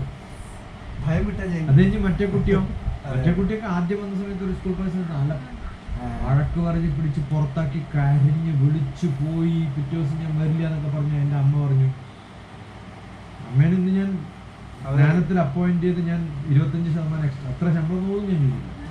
സ്കൂൾ കൊടുക്കുന്നതിന് 25% എക്സ്ട്രാ സ്കൂൾ കൊടുക്കും. അതിൻ്റെ പൈസ ഞാൻ ഓൾറെഡി ഷർഫിന് കൊടുത്തിട്ടുണ്ട്, ഷർഫ് കൊടുത്തു കൊടുക്കണം. എന്റെ ധൈര്യത്തിലാണ് പറയണേ. ഓണർ നിൽക്കുന്നു, മറ്റേ നിൽക്കുന്നു, ഒരു പ്രോഗ്രാം സ്റ്റാഫിനെ ഞാൻ അവിടുന്ന് പൊളിച്ചിട്ട് ഞാൻ ഇവിടെ അപ്പോയിന്റ് ചെയ്യുന്നു പറയണില്ല. എനിക്കറിയാം. അവള് കുറെ സമയം പറഞ്ഞു അവൾക്ക് ആഗ്രഹമുണ്ട്. ആ സ്ത്രീക്കും ഇവിടെ നിൽക്കണം എന്ന് ആഗ്രഹമുണ്ട്. അത് കഴിഞ്ഞപ്പോ മറ്റേ ഒരു സ്ത്രീ കരഞ്ഞെന്തിനറിയാം, എനിക്ക് ഇവിടെ നിൽക്കണം എന്ന് ആഗ്രഹം. ഒരാളോട് പറഞ്ഞില്ല, മറ്റേ അവിടെ പറഞ്ഞു പോകും. നമ്മളടുത്ത് 10 ദിവസം നിൽക്കുമ്പോ നിൽക്കണം എന്ന് ആഗ്രഹം തോന്നുക. അതും ഫുൾ ടൈം ഇല്ല, ആകെ 3 മണിക്കൂറുള്ളൂ. ഇതൊക്കെ 10 ദിവസം കഴിഞ്ഞ് പോകുന്ന സമയത്ത് കരഞ്ഞ് വിളിച്ചു പോകുന്ന ആൾക്കാർ. ഞാനല്ല ദമാമിലെ ഒരു കുഞ്ഞി 9ാം ക്ലാസ്സിലൊക്കെ ഞാനവിടെ ഇങ്ങനെ കിടക്കുന്നു. കുറച്ച് കഴിഞ്ഞ് നോക്കുമ്പോൾ എൻ്റെ മേത്ത് കിടന്ന് ഉറങ്ങാത്. എൻ്റെ അച്ഛൻ കൂട്ടാൻ പോകുന്ന സമയത്ത് പോകുന്നില്ല, അതുകൊണ്ട് ഞാൻ വരുന്നില്ല പറഞ്ഞു. മധുകുമാറിന്റെ മോള് ഞാനിവിടെ കിടന്ന് രാത്രി 12 മണിയാണ് മധു വരാൻ. അവിടെ എൻ്റെ 2 കാലിൻ്റെ ഇടയിൽ തലയും വെച്ചിട്ട് കിടക്കണം. മധുകുമാർ വന്നിട്ട് ഓണടിക്കുമ്പോഴാണ് ഞങ്ങൾ രണ്ടാളും അറിയുന്നത്. ഞാൻ ചോദിച്ചു, മോളെ നീ അച്ഛൻ്റെ മടിയിൽ എപ്പോഴാണ് കിടന്നത്? ഒരു യഥാർത്ഥ രക്ഷകനെ കിട്ടുമെന്ന് ഒരു കുട്ടിയായാലും എല്ലാവരും ഒരു അത് ആഗ്രഹിക്കുമല്ലോ. ഒരു കെയർ, അൺകണ്ടീഷണൽ ഒരു സപ്പോർട്ട്, അതെല്ലാം. പക്ഷെ ചിലപ്പോൾ പേരൻസിന് അത് കൊടുക്കാൻ പറ്റൂല, സൗഹൃദങ്ങളിൽ കിട്ടൂല. ഈ ഷറഫിന്റെ മരുമോളില്ലേ ഫർസാൻ, അവരുടെ മാരേജ് നിശ്ചയിച്ചതാണ്. അവള് +2 ഡിഗ്രി സെക്കൻഡ് ഇയർ പഠിക്കുന്നു. അവളെന്റെ ക്ലാസ് അറ്റൻഡ് ചെയ്തിട്ട് എനിക്ക് പഠിക്കണം ഒറ്റ കരച്ചിലാണ്. ഉമ്മയോട് ഞാൻ പറയാను. പിന്നെ സാധാരണ ഈ സമയത്ത് വല്ല ലവ് അഫെയറോ അങ്ങനെയൊക്കെയാണ് ഞാൻ വിചാരിച്ചത്. ഉണ്ട്, അങ്ങനത്തെ പ്രശ്നങ്ങളില്ലാത്ത ആരും ഉണ്ടാവില്ല. ഉമ്മയോട് പറയാം. അതിന് മാഷക്ക് ഉമ്മേനെ അറിയാം. നമ്മൾ ഈ നാട്ടിൽ എന്നെ അറിയാത്ത ആരും ഉണ്ടാവില്ല. എനിക്ക് അവരെ അറിയണമെന്നില്ലല്ലോ, അവർക്ക് എന്നെ അറിഞ്ഞപ്പോൾ. എന്നെ അറിയാത്ത ആരെങ്കിലും ഉണ്ടെങ്കിൽ ഞാൻ സാധാരണ പറയും, നിങ്ങൾ അവിടുന്ന് ഒരു ഓട്ടോറിക്ഷ പിടിച്ചിട്ട് ഞാനെന്ന് പറഞ്ഞ് അറിഞ്ഞില്ലെങ്കിൽ ഓനോട് ഇങ്ങോട്ട് പറയാം, ഞാൻ പറഞ്ഞു കൊടുക്കാൻ ഇങ്ങനെ ഞാൻ പറയാറ്. ഞാൻ വരുമ്പോ ചോദിച്ചപ്പോ ആ പഴയ വീട്ടിലേക്കും പഴയ അപ്പൊ ഞാൻ ചോദിക്കല്, ഞാൻ പറയല് നടുവിൽ ഇറങ്ങുക, എന്നിട്ട് ആരോടെങ്കിലും പറയാം ഞാനേതാണ്. അവൻ അറിയില്ല എന്നുണ്ടെങ്കിൽ അവനെയും കൂട്ടിട്ടോ ഞാൻ കാണിച്ചു കൊടുക്കാൻ ഞാനേതാണ്. അത്രയും കോൺഫിഡൻസ്. ഞാൻ പറഞ്ഞത് എന്റെ ഉമ്മയോ ഉപ്പയോ ആരായാലും എനിക്ക് ഇതിനൊന്നും അറിയില്ല, ഇതിനൊന്നും അറിയില്ല, എനിക്ക് ഫർസാനെ അറിയുള്ളൂ. നീ വിളിച്ചോണ്ടാവും? ഇല്ല, ഞാൻ ഉമ്മയോട് സംസാരിക്കേണ്ട 6 മാസമായി. ഒരേ വീട്ടിലാണ് താമസിക്കുന്നത്, 6 മാസമായി. Get out. ഉമ്മയോടും ഉപ്പയോടും സംസാരിക്കാത്തവർക്ക് നിനക്ക് പറ്റില്ല. ഇന്ന് വൈകുന്നേരം 6 മണി വരെ സമയമുണ്ട്, നീ ഉമ്മേനെയും കൂട്ടിട്ട് വിടും, എന്നിട്ട് ബാക്കി എന്റെ ഒരു കാര്യത്തിലും ഞാൻ ഇടപെടും. ഉമ്മയോട് മിണ്ടാത്ത ഒരാൾ എനിക്ക് പറ്റില്ല. നീ ഉമ്മേനെ കൊണ്ടുവന്നാല് നിന്നോട് ഉമ്മേനെ കൊണ്ടെന്നു വിചാരിക്കും. ഉമ്മക്ക് എന്നെ അറിയോന്നൊന്നും എനിക്ക് അറിയേണ്ട കാര്യമില്ല. നിന്റെ കല്യാണം നടത്തില്ല, കാരണം രക്ഷപ്പെടുകയാണ്, ഞാൻ ഗ്യാരണ്ടി. പക്ഷെ ഉമ്മേനെയും കൊണ്ട് 6 മണിക്ക് വരും. നീ ഉമ്മേനെ എങ്ങനെ സോപ്പ് ഇടുവോ, വളച്ചെടുക്കുവോ, പിടിച്ചു കൊണ്ടുവരുവോ, എന്തായാലും എനിക്ക് ഉറപ്പില്ല. പോയി 2 മണിക്കൂറിനുള്ളിൽ അവള് തിരിച്ചു വന്നു. ഉമ്മേനെയും കൊണ്ട് ഉമ്മക്ക് ഇഷ്ടമുള്ള കാര്യങ്ങള് നമുക്ക് എന്നെ ഫുൾ ചരിത്രം അറിയാം. ബാലകൃഷ്ണേട്ടന്റെ സ്റ്റുഡന്റ് ആണ് എല്ലാവരും. ഞാൻ നിങ്ങളെ മോളെ കല്യാണം നടത്തും, നിങ്ങൾ ആര് വിചാരിച്ചാലും നടത്തും. പള്ളിക്കാരല്ല, മാപ്പിളമാരല്ല, ആര് വിചാരിച്ചാലും ഉള്ള കല്യാണം ഞാൻ നടത്തും, ഇവിടെ നടത്തും. അതിന് ഉപ്പയോട് ഞങ്ങൾ വിളിക്കിപ്പം, ഉപ്പേനെ വിളിക്കും. ഉപ്പ സൗദി അറേബ്യ, ഞാൻ എവിടെയായാലും ഒന്ന് വിളിച്ചാൽ കിട്ടാത്ത വിളിക്കുന്നു. വിളിച്ച് സംസാരിച്ച് നമ്മൾ ഇന്നാളാണ് ഡോക്ടർ TPS എന്ന് പറഞ്ഞ് പരിചയപ്പെടുന്നത്. ഞാൻ മാഷ് എന്താ പറയുന്നത്, ഇപ്പോൾ ഞങ്ങളിവിടെ കല്യാണം ഇപ്പൊ നടത്താൻ പാടില്ല, എന്നാ വേണ്ട. അതെ അതെ അതെ. ആ ആധികാരികമായിട്ട് പറയാൻ പറ്റുന്ന ആളാണ് ഈ പറയുന്നത്. അപ്പൊ അവർക്കൊരു അതുകൊണ്ടല്ല എന്റെ പാരമ്പര്യം അതാണ്. എന്റെ പാരമ്പര്യം എന്ന് പറഞ്ഞാൽ കരുണാരട്ടനല്ലേ, ഇവിടുത്തെ പണ്ടത്തെ പോലീസ് കരുണാരട്ടനാണ്. 2 പേര് അടിമുടി വന്നാൽ ഇവിടെ കൊണ്ടുവരിക. ഞാൻ ചെറുപ്പത്തിൽ കണ്ടിട്ടുള്ളതാണ്. ആ ധൈര്യത്തിലാണ് നമ്മൾ മീഡിയേറ്റർ എന്നല്ല, ഇവിടെ വന്ന 2 ആൾ അടിപൊളി കൂടി ഏത് വടി കൊണ്ട് അടിച്ചത് ഇവിടെ അതോടെ വെച്ചിട്ട് പോകുന്നു. ഇനി അടിക്കാൻ പാടില്ല, അല്ലെങ്കിൽ വേറൊരു അടി കൊടുത്തിട്ട് നീ അവനൊന്ന് കൊടുക്കുന്നു, നേരെ മുമ്പിൽ വെച്ചത് 2 പോയിക്കൊള്ളാം. ഇനി അഥവാ പറഞ്ഞ് കേട്ടിട്ടില്ല നീ ആയിരിക്കും,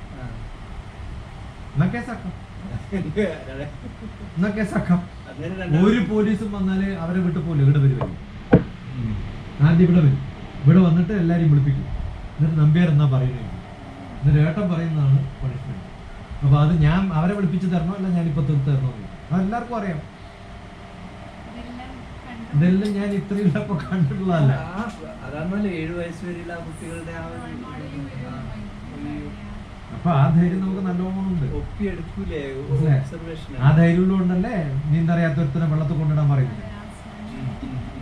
ആസ്മ എന്താ ആസ്മ, എന്റെ ആസ്മയിൽ ഇപ്പൊ ഞാൻ കാറ്റടിച്ചതാണ്. മൻസൂര്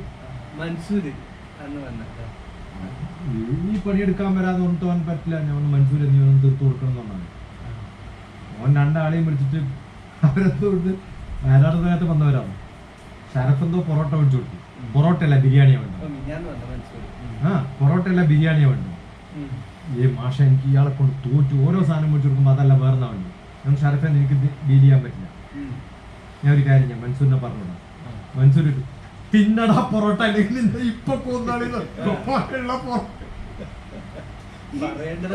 എന്തൊക്കെ പോണോ വേണ്ട.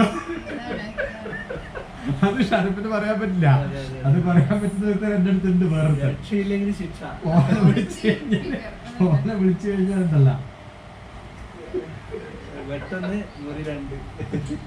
പിറ്റേ ദിവസം രാവിലെ ആകുമ്പോ 7 മണിക്ക് വണ്ടിയുണ്ട്.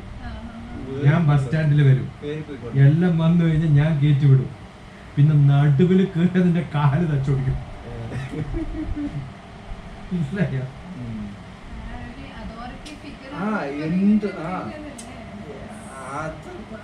പറയാനുള്ള ധൈര്യവും. എപ്പോഴും ഒരു ദിവസം വയനാട് പോയി, യൂണിവേഴ്സിറ്റി വണ്ടിയിലാ പോകുന്നത്. യൂണിവേഴ്സിറ്റി വണ്ടിയില് എവിടെയാണ്, വയനാട്ടിലെ സുൽത്താൻ ബത്തേരി മേരിഗിരി കോളേജിലാകത്തുള്ളൂ, സെന്റ് മേരീസ് കോളേജ് ക്ലാസ് എടുക്കാൻ പോകും. തിരിച്ചു വരുമ്പോ അസലും മഴ, നിങ്ങൾ തിരിച്ചിറങ്ങാൻ ചുരം. അപ്പൊ മുകളിലേക്ക് പോകുന്നൊരു മാരുതി വണ്ടി അറിയാണ്ട് ആ ഒരു സൈഡിൽ വെള്ളം പോകുന്ന ഒഴുക്കുണ്ട്, അതിൻ്റെ ഉള്ളിലേക്ക് ഇറക്കിപ്പോയി. അപ്പൊ ഞാൻ യൂണിവേഴ്സിറ്റി വണ്ടി, ഒഫീഷ്യൽ വണ്ടി, ഡ്രൈവർ എന്ന് വണ്ടിയാണ് എത്തുന്നത്. ഞാൻ എൻ്റെ പോക്കറ്റിൽ നിന്ന് പേഴ്സും സാധനത്തിൽ സീറ്റ് വെച്ചിട്ട് ഞാൻ ഇറങ്ങി. എവിടെ പോകും? ഞാൻ പറഞ്ഞു അവൻ്റെ വണ്ടിയുടെ കിടക്കുന്നതാണല്ലോ, അത് നമ്മളെന്തിനും നോക്കണം. നമ്മൾ നമ്മളല്ലേ പിന്നെ ആരെ നോക്കാം? ഞാൻ അവനോട് പറഞ്ഞ അവൻ ചെയ്യൂല ചിലപ്പോൾ, കാരണം ഗവൺമെന്റ് ജോലി അവനെന്തിനാ വേണ്ടത്. ഞാൻ എടുത്തിട്ട് വന്നു എന്നോട്, അവർക്കിത് കയറ്റാൻ പറ്റുന്നില്ല കുഴിയിൽ ഇറങ്ങിയിട്ട്. ഞാൻ പറഞ്ഞു ഇറങ്ങി പുറത്തു വന്നു. ആരുടെയോ വണ്ടി ആരോ ഇരിക്കുന്നു, ഞാൻ എന്ത് ഇറങ്ങി പുറത്തു വന്നു. ഇറങ്ങി പുറത്ു വന്ന് ഞാൻ സീറ്റിലിരുന്നു. എന്നിട്ട് ഞാൻ പറഞ്ഞു ഞാൻ റിവേഴ്സ് ഗിയർ ഇടും, ബാക്ക് ആ ഫ്രണ്ട് ഒന്ന് പൊക്കി തന്നാല് ഞാൻ എടുത്തുതരാം. അന്ന് ഞാൻ ഈ ഒഫീഷ്യൽ ആകുമ്പോൾ ഇൻസെർട്ടലും ചെയ്തിട്ടൊക്കെയാണ് ഡ്രൈവർ ഇങ്ങനെ നോക്കിയിട്ടുണ്ട്. നിന്ന് നോക്കിക്കുന്ന മുമ്പ് പൊക്കാൻ പറഞ്ഞു. കാരണം എല്ലാ വണ്ടിയുടെയും മുമ്പിലാണ് ടയർ. അത് നമ്മൾ ഒന്ന് പൊക്കി കൊടുത്താല് ആ ബാക്കിൽ എടുക്കും, ഈസി ആയിട്ട് കെട്ടിക്കൊടുക്കും. ഇങ്ങനെ പോയിക്കോളാം. ആ ഫുൾ ഞാനിങ്ങനെ കുളിച്ചു. ആ ഡ്രൈവർ പോയിട്ട് എല്ലാ യൂണിവേഴ്സിറ്റി ആൾക്കാർക്കും പറഞ്ഞു, ആ കമ്പനി എല്ലാവർക്കും. അന്ന് ഞാൻ വന്ന സമയമാണ് ഹൈദരാബാദ്. ഒരു കാര്യത്തോടുള്ള ഞാൻ 7ാം ക്ലാസ് പഠിക്കുമ്പോൾ ജീപ്പ് ഓടിക്കും. അതുകൊണ്ടാണ് ഞാൻ നിങ്ങളോടൊക്കെ എടുക്കുന്ന സമയത്ത് എടുത്തോളാം പറഞ്ഞു. അതിനകത്ത് ഒരു ഭയമുള്ള ആളല്ല. 7ാം ക്ലാസ് പഠിക്കുമ്പോൾ ജീപ്പ് ഓടിച്ച് പഠിച്ചാണ്. കർണാടകത്തിന്റെ ജീപ്പാണ്. അന്ന് ഈ റോഡൊന്നും ഇല്ല. ഒന്ന് കയറ്റും ഒന്ന് ഇറക്കുവാണ്, ഒന്ന് കയറ്റും ഒന്നും ഇറക്കുവാണ്. അപ്പൊ എവിടെയെങ്കിലും വണ്ടി വെച്ച് കഴിഞ്ഞാൽ ഒരു തള്ളു തള്ളു, എന്നിട്ട് ഏതെങ്കിലും കയറ്റത്തിൽ എത്തുമ്പോൾ ചാടിയിടത്ത് കയറും, എന്നിട്ട് എവിടെയെങ്കിലും കൊണ്ടുവരും. ചാവിയും സ്റ്റാർട്ടൊന്നും ഉണ്ടാവില്ല, കാരണം ജീപ്പിൽ അങ്ങനെ കയറാനാണ്. അപ്പോൾ ഏതെങ്കിലും വണ്ടി വെച്ചെടുത്ത് കണ്ടില്ല, അങ്ങനെ ഏത് വണ്ടി കണ്ടാലും എവിടെ പാർക്ക് ചെയ്താലും അവിടുന്ന് മാറ്റിയിടും. അങ്ങനെയാണ് ഞാൻ ഡ്രൈവിംഗ് കൊടുക്കും. ഇതൊക്കെ ഒരു അനുഭവം.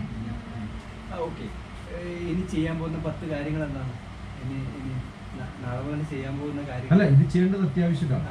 ഇപ്പോൾ ജൂൺ 1-ാം തീയതിക്ക് മുമ്പ് ഒരു സമ്മർ ക്യാമ്പ്. അതായത് നിങ്ങൾ പണ്ടേ ചെയ്യേണ്ടത് അത് അന്നേ പറഞ്ഞു കണ്ടപ്പോൾ ഞാൻ ആദ്യം പറഞ്ഞത്, ഞാൻ വരുന്ന സമയത്ത് സമ്മർ ക്യാമ്പ് അറേഞ്ച് ചെയ്ത് ഞാൻ എടുക്കാൻ പറ്റും. ഒരു 2 ദിവസത്തെ സമ്മർ ക്യാമ്പ്, 2-3 ദിവസം, 3-4 ദിവസം. That will become a great advertisement. ഇവിടെ ഏത് ക്ലാസ്സിലേക്ക് കിട്ടും? അതിന് കുറേ പാരൻസും സ്റ്റുഡൻസും കുറേ അത്തരം ആൾക്കാർ. നിങ്ങൾക്ക് സൗകര്യം ഉണ്ടെങ്കിൽ കുറച്ച് ടെൻ്റൊക്കെ കെട്ടിട്ടോ എങ്ങനെയാലും ഒരു വീട് പോകും. ഇനി അതല്ലെങ്കിൽ ഏതെങ്കിലും സ്കൂളിൻ്റെ വാടകയ്ക്കോ എന്തെങ്കിലുമൊക്കെ ആയിട്ട് ഒരു grand program. That will become a great advertisement. Number 1. Number 2, കുറേ സ്റ്റാഫിന് വേണം. 20 സ്റ്റാഫിന് ഒരു അഡ്വർടൈസ്മെന്റ് ഭയങ്കര എക്സ്പെൻസീവ്. 20 സ്റ്റാഫിന്റെ അഡ്വർടൈസ്മെന്റ് കണ്ടു കഴിഞ്ഞാൽ ആരെങ്കിലും ഇവരെന്തോ സംഭവം നടക്കാൻ മനസ്സിലാവില്ല. 20 സ്റ്റാഫ് റിക്വയർഡ് എടുത്ത് ബോർഡ് വെച്ചു. ഇവിടുന്ന് അപ്പോയിന്റ് എന്നാലും പറഞ്ഞിട്ടില്ല. ഇത് കഴിഞ്ഞ് നോക്കാൻ നമുക്ക് എന്താവും? അവർക്കുള്ള 6 മാസത്തെ ട്രെയിനിങ് പ്രോഗ്രാം നമ്മൾ സ്റ്റാഫ് ആക്കും. നിങ്ങളുടെ പല സ്ഥലത്തുള്ള ഫീഡർ സ്കൂളോ ബ്രാൻഡോ അതൊക്കെ വെച്ചിട്ട് we will start at different. ഇവിടെ അതന്നെ ചെയ്യണം. We are going to advertise. അപ്പൊ അവരും ഇവരും തമ്മിലുള്ള ഒരു mutual we will give them a diploma. അതൊക്കെ ഞാൻ ഹാൻഡിൽ ചെയ്തു. അവരുടെ ഇന്റർവ്യൂ നടത്തുന്നതും അവരെ സെലക്ട് ചെയ്യുന്നതും അവരെ കൺവിൻസ് ചെയ്യിപ്പിക്കുന്നതും ആ ക്യാമ്പ് നടത്തും ഇവരൊക്കെ ഉണ്ടാവും അതിൽ. അപ്പൊ ഇവരുടെ അതിലുള്ള പെർഫോമൻസ് നോക്കിയിട്ടാണ് നമ്മൾ അപ്പോയിന്റ് ചെയ്യുക. മനസ്സിലായി? അങ്ങനെ വളരെ ബ്യൂട്ടിഫുൾ ആയിട്ട് പെർഫോം ചെയ്യുന്നുണ്ട്, ഗ്രേറ്റ് ആണ്. അവർ ആകെ ഇനീഷ്യേറ്റീവ് എടുക്കുന്നവരാണ്. അവർക്ക് നമ്മൾ ജോലി കൊടുക്കാനേ പറഞ്ഞു. നമ്മുടെ ബ്രാൻഡായിട്ട് you will start in 3 different your place. മനസ്സിലാണ്? നിങ്ങളുടെ വീട്ടിൽ നിങ്ങൾ തുടങ്ങരുത് ആകെ 10 കുട്ടികൾ വെച്ചിട്ട്. അവരെ ഓൺടർപ്രൈനേഴ്സ് ആയിട്ട് മാറ്റി അവരുടെ ട്രെയിനിങ്ങും തിയറട്ടിക്കലും പരിപാടികളും ഇടയ്ക്കുള്ള ക്ലാസ്സുകളും ഒക്കെ നമ്മൾ നടത്തും. ഇപ്പം BTMന്റെ കുട്ടികൾ തിങ്കളാഴ്ച വരുന്ന പോലെ അവർക്ക് 4 കുട്ടികളും കൂടി നിങ്ങളുടെ അടുത്തേക്ക് വരും. But that is their responsibility. അവരെ കാശ് വെച്ചിട്ട് അവരുണ്ടായിക്കോട്ടെ. But your strength is increasing. You are not spending anything. നിങ്ങൾ അവർക്ക് ശമ്പളം കൊടുക്കുന്നില്ല, അവരവരുടേതേ തുടങ്ങും. അങ്ങനെ ഒരു 4-5 സെന്റർ നടക്കുമ്പോഴത്തേക്കും യു വിൽ ഗെറ്റ് പോക്കും. അതല്ലാതെ ഒരു എസ്റ്റാബ്ലിഷ്ഡ് ആയിട്ടുള്ള ഒരു വലിയൊരു ബിൽഡിങ്ങിനെതിരെ നമുക്ക് മത്സരിക്കാൻ പറ്റും. പക്ഷെ നമുക്ക് മത്സരിക്കാൻ പറ്റുന്ന ചില സംഭവങ്ങൾ. ഇന്ത്യൻ എപ്പോഴും മാർക്കറ്റ് എന്ന് പറയുന്ന അർത്ഥം, രാവിലെ എഴുന്നേറ്റ് കഴിഞ്ഞാൽ അമ്പലത്തിൻ്റെ അടുത്ത് പൂ വെക്കുന്ന അതേ ആൾക്ക് ഉച്ചക്ക് കൊണ്ടുപോയിട്ട് മോരും വെള്ളം വെക്കാൻ പറ്റും. അതേ ആള് വൈകുന്നേരം ആകുമ്പോൾ തിയേറ്ററിൻ്റെ അടുത്തോട്ട് കടല വെക്കും. മനസ്സിലാകുന്നു? ഈ മാർക്കറ്റിങ്ങും ഈ ബിസിനസ്സുമാണ് നമ്മൾ ചെയ്യേണ്ടത്. എനിക്ക് ചെയ്യാൻ പറ്റാത്ത കാര്യം ഞാൻ അങ്ങനെ 3-4 ആളത്ത് ചെയ്യിപ്പിച്ച് വ്യത്യസ്തമായ തരത്തിൽ കാണിക്കുമ്പോൾ you will will get a market.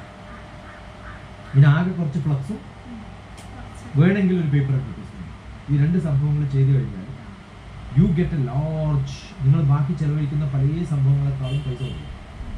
ആ ഫ്ലക്സ് നിങ്ങളുടെ സ്കൂളിൻ്റെ മുമ്പിൽ ഈ പറഞ്ഞിട്ടുള്ള ചെറിയ ചെറിയ മാറ്റങ്ങൾ വരുത്തിയിട്ട് സ്കൂളിനെ ഏതായാലും റൺ ചെയ്യണമെങ്കിൽ ഇറ്റ് ബിക്കം കളർഫുൾ. ഞാൻ കാണിച്ചു തന്നു, എൻ്റെ കംപ്ലീറ്റ് പവർ പോയിന്റ് എൻ്റെ അടുത്തുണ്ട്. ആ സാധനം ഉണ്ടാക്കുന്നതിന് മുമ്പ് അതെങ്ങനെ ഉണ്ടാവണമെന്ന് ഞാൻ ആദ്യം ഉണ്ടാക്കി കഴിഞ്ഞിട്ടാണ് അങ്ങോട്ട് കൊടുക്കുന്നത്. Full design. ഈ വീടും അങ്ങനെ ചെയ്യും. ഈ വീട് ഫുൾ ആദ്യം ഡിസൈൻ ചെയ്യും. ഇവിടെ എന്ത് ഡെക്കറേഷൻ എൻ്റെ കല്യാണത്തിന് വേണമെന്നുള്ളത് ഞാൻ ഡിസൈൻ ചെയ്തിട്ട് ഇങ്ങനെ അയച്ചു കൊടുക്കുകയാണ്. മനസ്സിലാവുന്നു? അത് കാണിച്ചു കൊടുത്തു കഴിഞ്ഞാൽ ഈ ഡിസൈൻ ചെയ്യുന്ന ഇതാണ്, ഇത് ഞാൻ ഇട്ടു. അങ്ങനെ ഓരോ സംഭവം. ഒരു ചിത്രം ഒരാൾ വരക്കണമെങ്കിൽ ആ ചിത്രം ഞാൻ ഇതിൻ്റെ മുകളിൽ വെച്ചാൽ എങ്ങനെയുണ്ടെന്ന് കമ്പ്യൂട്ടർ ഡിസൈൻ ചെയ്തിട്ട് കൊടുക്കുകയും, ആ ഒരു സാധനം ഷെൽഫിന് ഉണ്ടാക്കണമെങ്കിൽ ആ ഇരിക്കുന്ന ഒരു സാധനം അത് ഞാൻ ഡിസൈൻ ചെയ്യും. ഈ സാധനം ആ പേരുണ്ടാക്കണമെങ്കിൽ ഏത് പെയിന്റ് കൊടുത്താലാണ് ആ സിറ്റുവേഷനിൽ അതിന് ഗ്ലാമർ ആവാൻ ആദ്യം കമ്പ്യൂട്ടറിൽ ചെയ്തിട്ടാണ് അത് ഇടുന്നത്. അതിൻ്റെ കളർ മാറ്റി വ്യത്യസ്തമായി ചെയ്ത് അത് കഴിഞ്ഞിട്ടാണ് അത് ഇംപ്ലിമെൻറ്റ് ചെയ്യും. ഓരോ ഷെഡും അങ്ങനെ ചെയ്യും. അപ്പോൾ ഒരിക്കലും ഞാൻ പാളിപ്പോകാറില്ല. കാരണം ഇത് കുറേ എക്സ്പെരിമെൻറ്റ് ചെയ്യും. ഹൈദരാബാദിൽ വീടൊക്കെ ഉണ്ടാക്കുന്നത് പില്ലർ ലെവലിൽ മേടിച്ചിട്ട് പിന്നെ കൺസ്ട്രക്ഷനുള്ള നിങ്ങളിപ്പോൾ ബാക്കി ഞാൻ ചെയ്തതാണ്. വെറും പില്ലർ ഒറ്റ എൻ്റെ ഹൈദരാബാദിലെ വീട്ടിൽ ഒരു സ്ഥലത്തും ചുമരില്ല, എല്ലാം ഷെൽഫുകളാണ്. മനസ്സിലാവുന്നു? ഞാൻ ഈ ഇരിക്കുന്ന തൊട്ട് ഈ ഭാഗം വരെ മറ്റേ ഭാഗത്ത് കിച്ചണാണ്. ആ കിച്ചണിൽ ആക്സസ് ചെയ്യാനുള്ള ഷെൽഫാണ് ഇത്. ഞാൻ ഇരിക്കുന്നതിൻ്റെ മുകളിൽ മാത്രമേ എനിക്ക് ബുക്ക് വെക്കാൻ പറ്റൂ. താഴത്ത് ബുക്ക് വെച്ചിട്ട് ഒരു കാര്യമില്ല. അടുക്കളയിൽ മുകളിൽ പാത്രം വെച്ചിട്ട് കാര്യമില്ല. മനസ്സിലാവുണ്ടോ? എല്ലാ സംഭവങ്ങളും ഷെൽഫുകളാണ്. ഒരു കൺസ്ട്രക്ഷനും ഒരാളും ചുമരില്ലാണ്ട് എടുക്കാറില്ല. എൻ്റെ വീട്ടിൽ കംപ്ലീറ്റ് ആണ്. മുകളിലെ ഓരോ വാഷ്റൂം നോക്കിയാൽ അറിയാം, അതിന് ലൈറ്റ് വേണ്ട, അതിനെല്ലാം ഗ്ലാസ്സാണ്. മനസ്സിലാവുന്നു? അതിന് ഫുൾ ഷീറ്റുകളാണ്, ടിൻ ഷീറ്റ്. ഈ പറയുന്ന മൻസൂരിൻ്റെ പണി മാത്രമേ ഉള്ളൂ. ഈ കാണുന്ന ഈ ഇതുണ്ടല്ലോ, ആ ചിത്രം ഒട്ടിച്ചിട്ടുള്ള അതിനൊറ്റ ഒന്നിനും ചുമരില്ല, വെറും ഷെൽഫാണ്. ആ ഷെൽഫിൻ്റെ മുകളിലാണ് ആ ഭിത്തി, അതിൻ്റെ മുകളിലാണ് ആളിരിക്കുന്നത്. നിങ്ങൾ ഈ കാണുന്ന ഇരിക്കുന്ന സ്ഥലമില്ല, ഇതിൻ്റെ ചുമരിൻ്റെ അത്രയും നീളം പുറത്തേക്ക് പ്രൊജക്റ്റ് ചെയ്തിട്ടാണ് ഉണ്ടാക്കിയിരിക്കുന്നത്. അപ്പോഴേ എനിക്ക് ഇത്രയും വീതി കിട്ടുള്ളൂ. അത് ഞാൻ ഇങ്ങോട്ട് പ്രൊജക്റ്റ് ചെയ്താൽ അത്രയും എൻ്റെ സ്ഥലം കുറയും. അങ്ങോട്ട് പ്രൊജക്റ്റ് ചെയ്ത് നിങ്ങൾ ഒരു വീട്ടിലും കാണില്ല സ്വിച്ചും ഇങ്ങനെ. ഇത് ഓരോന്നും ആലോചിച്ച് പ്ലാൻ ചെയ്ത് കൃത്യമായി ചെയ്ത് കഴിഞ്ഞ് ആ ഒരു സാധനം അവിടുന്ന് മാറ്റി. ഒരു ട്രീ ഹട്ട് ഉണ്ടായിരുന്നു അവിടെ, അത് മാറ്റി ഇതുണ്ടാക്കുമ്പോൾ കംപ്ലീറ്റ് ഡിസൈൻ ചെയ്ത് അവിടെ ഏത് ഡിസൈൻ കൊടുക്കണം, എങ്ങനെ അത് പെയിൻറ്റ് ചെയ്യണം, ആ ഇരിപ്പിടം എങ്ങനെ ഉണ്ടാവണം, ഓരോ ബിറ്റ് ഓഫ് അയണും എവിടേക്ക് ഉപയോഗിക്കാമെന്ന് പ്ലാൻ ചെയ്ത് കഴിഞ്ഞിട്ടാണ് ഞാൻ ചെയ്യിപ്പിക്കുന്നത്. ആ കാണുന്ന ഡൈനിങ് ടേബിൾ ഞാൻ ഉണ്ടാക്കിയതാണ്, അതിനകത്തൊന്നുമില്ല. ആ ടോപ്പ് എനിക്ക് എടുത്തു മാറ്റാൻ പറ്റും. അതിപ്പോൾ ഇവിടെ കൊണ്ടുവെക്കണം കൊണ്ടാക്കാം നമ്മൾ വിചാരിച്ചാൽ. കാരണം അത് സ്ക്രൂ ചെയ്തിട്ടില്ല, വെറും ഷീറ്റ് വെറുതെ വെച്ചിട്ടേ ഉള്ളൂ. അതിൻ്റെ മുകളിൽ ആ എൻ്റെ ഇവിടുന്ന് മുറിച്ചൊരു തെങ്ങിൻ്റെ കാലാണ്. എനിക്ക് ആകെ അതിന് ചിലവായിട്ടുള്ളത് 1100 റുപ്യയും 1200 റുപ്യയും. മുകളിലെ ഷീറ്റിന് 1100, താഴത്തെ ഗ്രീൻ 1200. 2400 റുപ്യക്ക് 24 പേർക്ക് ഇരിക്കാവുന്ന ടേബിളാണ്. മനസ്സിലായോ? അപ്പോൾ ഓരോ സംഭവവും നമ്മൾ കൃത്യമായിട്ട് ഈ പിന്നെ റെയിൻ ഉണ്ടാക്കുന്നത് 4 പൈപ്പ് വെച്ചിട്ട് ഞാൻ തുടങ്ങിയതാണ്. പിന്നെയാണ് ആ ഗ്രിൽ ഉണ്ടാക്കിയിട്ട് അതിൻ്റെ മുകളിൽ ഫിക്സ് ചെയ്തത്. അത് ആദ്യം ടെസ്റ്റ് ചെയ്തത് നടക്കും. ഞാൻ തന്നെയാണ് എൻ്റെ കൈ കൊണ്ടാണ് ചെയ്തത്. അപ്പം നമുക്ക് പല കാര്യങ്ങളും വളരെ കൃത്യമായിട്ട് പ്ലാൻ ചെയ്ത് കഴിഞ്ഞാൽ അത് ഇംപ്ലിമെൻ്റ് ചെയ്യിപ്പിക്കാൻ ഒരു ബുദ്ധിമുട്ടുമില്ല. അത് കൃത്യമായിട്ട് ചെയ്യണം. പ്ലാനിങ്, എല്ലാ പ്ലാൻ. ഈ കംപ്ലീറ്റ് ചെമ്പരത്തി ഞാൻ വെക്കും. ആ ചെമ്പരത്തി വെക്കാൻ ഒരു കൈക്കോട്ടും ഇല്ല, മൺവെട്ടിയില്ല, ഒന്നുമില്ല എൻ്റെ കയ്യിൽ. ആകെ ഉള്ളത് എൻ്റെ കയ്യിൽ പൈപ്പാണ്. മോട്ടർ ഓണാക്കും, പൈപ്പ് താഴത്തേക്ക് കുത്തിയിടും, അതിനകത്ത് കുത്തിയിടും. നിങ്ങൾ എത്ര കുത്തിയാലും ഈ ഒറ്റ ദിവസം കൊണ്ട് ഇത് നടന്നു തോന്നിക്കഴിഞ്ഞാൽ 10 കുറ്റി ഉണ്ടെങ്കിൽ നിങ്ങൾ ഒരു ദിവസത്തെ ആളെ വിളിച്ചാലും ഇത്രയും നന്നായിട്ടാവും കുത്തിയും. മനസ്സിലായോ? അപ്പം നമ്മൾ വ്യത്യസ്തമായിട്ട് ചിന്തിക്കാനും ചെയ്യാനും ഒക്കെയുള്ള ഒരു ധൈര്യവും ആരോഗ്യവും അതിനുള്ള മനസ്സും ഉണ്ടെങ്കിൽ തിങ്സ് ഉണ്ട്. അപ്പോൾ നിങ്ങൾ രണ്ടാളും കൂടി തീരുമാനിക്കുക, ഇവിടെ ഏത് ഡേറ്റ്, അവിടെ ഏത് date. 1 or 2 days another 2 days. Okay, ആ 4 ദിവസം കൊണ്ട് ഇനി അത് കഴിഞ്ഞ് അവരെല്ലാം കൂടി ഇങ്ങോട്ട് കൊണ്ടുവരാം, അല്ലെങ്കിൽ ഇവരും കൂടി അങ്ങോട്ട് കൊണ്ടുവരാം. 2 ദിവസം അവിടെ, 2 ദിവസം ഇവിടെ. ആ 4 ദിവസം കഴിയുമ്പോഴത്തേക്കും നെക്സ്റ്റ് ടൈം വരുമ്പോൾ വി വിൽ ഹാവ് ഹിയർ ആ ആൾക്കാരെയൊക്കെ നമ്മൾ അപ്പോയിന്റ് ചെയ്യും. എന്തിനു വേണ്ടിയിട്ട്? ഓരോ സ്കൂൾസിലും പോയിട്ട് നമ്മുടെ ഈ new scheme of running the situation ഒരു ദിവസം നമ്മൾ നിങ്ങളടുത്ത് നടത്തി തരും. അതിന് 3,000 rupees, 4,000 rupees, ഡിപ്പെൻസ് ഓൺ അവരുടെ എത്രയാണ് അവരുടെ ബഡ്ജറ്റ് നോക്കിയാൽ നമുക്കറിയാമല്ലോ. ഒന്നുമില്ലെങ്കിൽ 1000 രൂപ വെച്ചിട്ട് ഏതെങ്കിലും 4 സ്ഥലത്ത് കാണിച്ചു കൊടുത്തിട്ട് അത് വീഡിയോ എടുത്തിട്ട് വി വിൽ പോപ്പുലറൈസ്. ഇവർ വന്നു കഴിഞ്ഞ് ഈ ടീച്ചേഴ്സ് വന്നു കഴിഞ്ഞാൽ അവരുടെ കമ്മ്യൂണിക്കേഷൻ സ്കിൽ പഠിപ്പിക്കൽ. നമ്മൾ ഒരേ കിറ്റ് കൊണ്ടാണ് പോകുന്നത്. 10 A ഉണ്ടാക്കുക, 10 B ഉണ്ടാക്കുക, 10 C ഉണ്ടാക്കുക. ഒരു സ്ഥലത്ത് അതിൻ്റെ മാഗ്നറ്റ് ഒട്ടിക്കുക. മാഗ്നറ്റ് വെച്ചിട്ട് നിങ്ങൾ ഓടിപ്പോയി അവിടെ മാഗ്നറ്റിൽ A വെക്കും ബോർഡിൽ എന്ന് പറയുമ്പോൾ എല്ലാ പിള്ളേരും കൂടി പോയി A വെക്കുമല്ലോ. അവിടെയുള്ള ബാസ്ക്കറ്റിൽ നിന്ന് ഏത് ലെറ്ററാണോ കിട്ടുന്നത് ആ ബോർഡുകളിൽ ഏതിൻ്റെ കീഴിലാണ് കൊണ്ടുവെക്കേണ്ടതെന്ന് വെച്ച് കൊണ്ടുവച്ചാൽ 10 പ്രാവശ്യം കൊണ്ടുവച്ചാൽ നമ്മൾ മക്കൾ പഠിച്ചു. അത് ഓർഡറായി, ഗെയിമായി. മനസ്സിലായോ? ആരാണോ ആദ്യം കൊണ്ടുവെക്കുന്നത് അവർക്ക് സമ്മാനം, ഓരോ ചോക്ലേറ്റ് കൊടുക്കുക. തീർന്നു കഥ. ചെറിയ സംഭവം, വലിയ സിറ്റുവേഷൻ. അവരൊരിക്കലും A മറക്കില്ല. നമ്മൾ 10 ദിവസമായിട്ട് പഠിപ്പിച്ച A ഇവരൊറ്റ ദിവസം കൊണ്ട് പഠിച്ചു. മാറുമില്ല. അവര് പോലും അറിയാതെ അങ്ങനെയാണ് നമ്മൾ അവരെ എല്ലാ ഡിസ്ട്രിക്റ്റുകളും പഠിപ്പിക്കുന്നത്. ഒറ്റപ്പാട്ടിലെല്ലാം പഠിപ്പിക്കുന്നു. ഇത് 10 കൊല്ലം 15 കൊല്ലം പഠിക്കേണ്ടത് നമ്മൾ ഈ കുറച്ച് കാലം കൊണ്ട് പഠിച്ചാൽ മതി. താല്പര്യമില്ലാണ്ടല്ലേ നമ്മൾ സ്ട്രെസ്ഡ് ആയിട്ടല്ലേ പഠിക്കുന്നത്. അപ്പോൾ എളുപ്പത്തിൽ പഠിക്കേണ്ടത് വളരെ വിഷമത്തിലാണ് പഠിക്കുന്നത്. അതെ അതെ അതെ, പ്ലാനിങ് വേണം. ഇത് നോക്കും, നിങ്ങൾ എപ്പോഴെങ്കിലും KG ക്ലാസ് ചെയ്യുന്നു?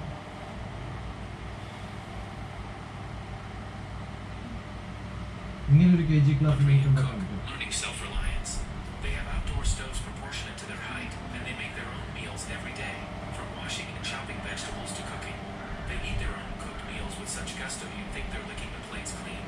After eating, they voluntarily clean up and even line up to wash dishes. The principal assigns tasks based on the kids' interests to foster their hands-on skills.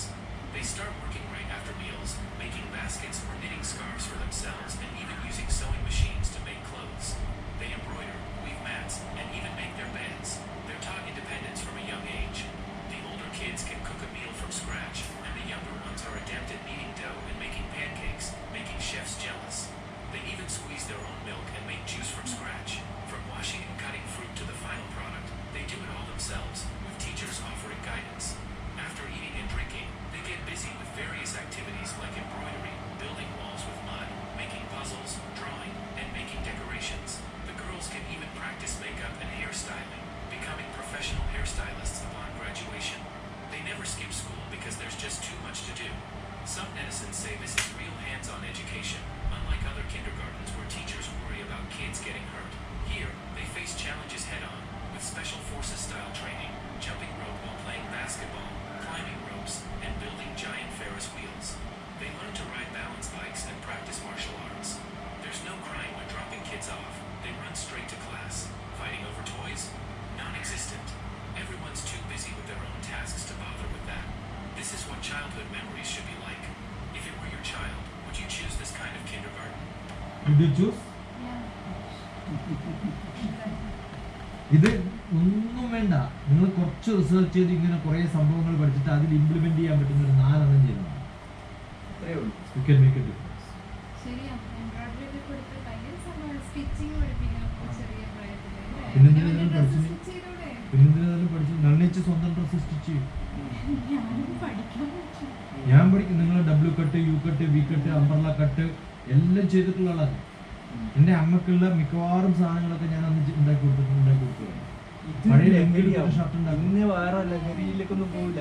കുട്ടി ക്രിയേറ്റീവ് ആവും. എല്ലാ കുട്ടികളും അവനവൻ്റെതായ ഇല്ല, രീതിയിൽ ഇപ്പം എന്ന് വെച്ചാൽ ഇപ്പം എൻ്റെയൊക്കെ ഡ്രസ്സിൽ എവിടെയെങ്കിലും ഒരു ബട്ടൺ പോയി അല്ലെങ്കിൽ ഞാൻ എവിടെയെങ്കിലും പോയി എനിക്കൊന്നും എൻ്റെ ഏച്ചിയുണ്ട്, ഇന്നൊരു ഏച്ചി എല്ലാം അങ്ങനെയൊക്കെയാണ് ഞങ്ങൾ ആ ഒരു കൾച്ചർ ഉണ്ടായിരുന്നു. ഞാനും ഏച്ചിയും കൂടി കൂടിയാണ്. ഈ ഏച്ചി എല്ലാം നല്ല ചില ഇന്ദ്രേച്ചി ഞാൻ താഴെ ഞാൻ ഇന്ദ്രേച്ചും കൂടിയാണ് പഠിക്കാൻ പോയി. അപ്പോൾ അവർ പഠിക്കുന്നതിനേക്കാൾ ഫാസ്റ്റായിട്ട് ഞാൻ പഠിക്കുന്നത് എനിക്ക് മനസ്സിലായി. എനിക്കെന്താ പഠിച്ചത്? അന്ന് എന്നിട്ട് ഹാൻഡ് ഹെൽഡ് ആയിട്ടുള്ള ഒരു മെഷീൻ ഉണ്ടായിരുന്നു ഇന്ദ്രേച്ചിട്ട്. അതിനകത്താണ് ഞാൻ നോക്കിയിരുന്നത്. എല്ലാം സ്റ്റിച്ച് ചെയ്യും, എല്ലാം പഠിച്ചിട്ടുണ്ട്. എൻ്റെ ഷർട്ട് ഞാൻ തുന്നിയിട്ടുണ്ട്. ഒന്നാണെങ്കിൽ ഒന്ന് എൻ്റെ ജീവിതത്തിൽ ഞാൻ ചെയ്തത്. അത് പഴയ ഒരു ബെന്നിൻ്റെ ലുങ്കി ഉണ്ടായിരുന്നു കള്ളിക്കല്ലിൽ ചോന്നിയും അതിനെ കൊണ്ടായിരുന്നു. കാരണം അന്നൊന്നും തുണി മേടിക്കാന്നുള്ള വലിയ എക്സ്പെൻസീവ് ആയിട്ടുള്ള സംഭവമാണ്. എൻ്റെ ലുങ്കി എനിക്ക് മുറിച്ചടിക്കാമല്ലോ, ആരും ചോദിക്കാൻ പറ്റില്ല. എന്നിട്ട് ആദ്യമായിട്ട് ഞാൻ എൻ്റെ ബെന്നിൻ്റെ എനിക്ക് ഓർമ്മയുണ്ട്, കുറച്ച് കട്ടിയുള്ളത് മഗ്ഗം നെയ്യാൻ പിടിച്ചിട്ടുണ്ട്. സാധ്യത LED ഉണ്ട്. സന്നദ്ധത എന്ന് പറയുന്ന ഒരു സംഭവം ഉണ്ട്. സാധ്യത ഉപയോഗപ്പെടുത്താം. ഇത് എന്തുകൊണ്ടാണ് ഞാനൊന്നും ചെയ്യാത്ത വെച്ചാൽ എനിക്കൊന്നും വേണ്ട. അതെ. പിന്നെ ഇതിലൊരു സ്ഥലത്ത് ഞാൻ നിന്നാൽ എനിക്ക് ചെയ്യുന്ന പല കാര്യങ്ങളും ഓൾറൗണ്ട് കൊൽക്കട്ട പോകാൻ പറ്റില്ല, രാംപൂർ ചെയ്യാൻ പറ്റുന്ന ശ്രീലങ്ക പോകാൻ പറ്റില്ല. ശ്രീലങ്കയിൽ പോകുന്നുണ്ട്, ഇതേ ട്രെയിനിങ്. ഇതെല്ലാം ചലിപ്പിക്കാൻ പറ്റും. ശ്രീലങ്കയിൽ വരുന്നുണ്ടോ? ശ്രീലങ്കയിൽ വരുന്ന പോവാം. എവിടെ പോവാലോ, ലോകം മുഴുവനും പോവാലോ. എന്റെ ഗുണം എന്നറിയാം. ഇപ്പം ശ്രീലങ്ക നടച്ചുകൊണ്ടിരിക്കും. ഓക്കെ, ഇത്രയും ആൾക്കാർ ശ്രീലങ്കയിൽ സ്റ്റുഡൻസ്, ഒരു ഫാക്കൽറ്റി ആയിട്ട് പോവാലോ. കുറേ ആൾക്കാർ. ഓക്കെ, ഇങ്ങനെ ഓരോ രാജ്യത്തും നിങ്ങൾ നോക്കിയാൽ I got people who already heard me, already know me. അപ്പൊ അവരൊക്കെ നമ്മളെ ഒരു സംഭവമാക്കാം.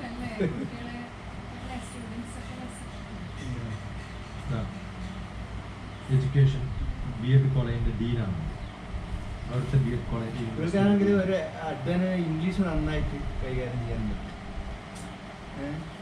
അതൊരു വലിയൊരു കാര്യം തന്നെയാണ്.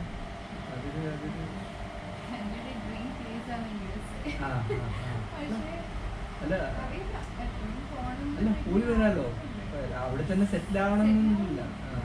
പക്ഷെ എല്ലായിടും പോകാനുള്ള ഒരു ഓപ്പർച്യൂണിറ്റി.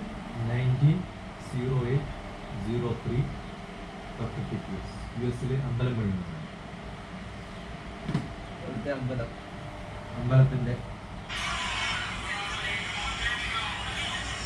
US അമ്പലം.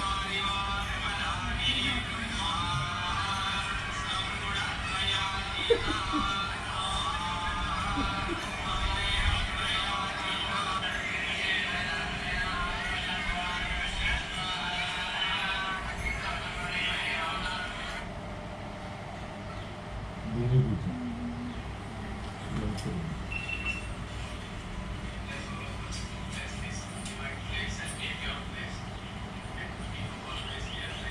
കംപ്ലീറ്റ് പ്ലാനിങ് പരിപാടികളൊക്കെ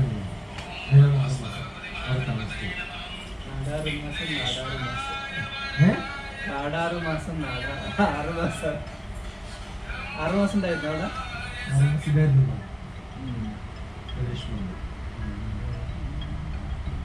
ഇപ്പോഴും അവരുടെ വെബ്സൈറ്റിൽ നിന്ന് എൻ്റെ ക്ലാസ് എന്നുള്ളത് മാറ്റിയിട്ടില്ല. എവറി സാറ്റർഡേ ക്ലാസ് ആണ് ഇപ്പോഴും അവരുടെ അഡ്വർടൈസ്മെന്റിൽ.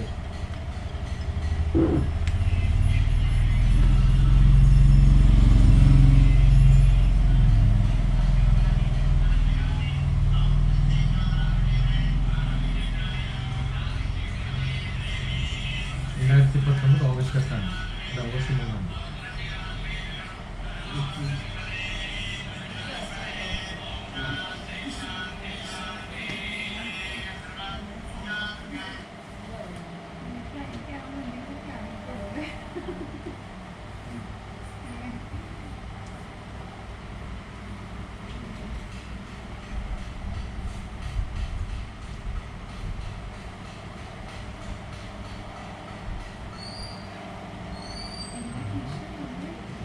എന്നാ പരിപാടി വരുവാ? He's coming. അല്ല വരുന്നല്ലേ പറഞ്ഞത്.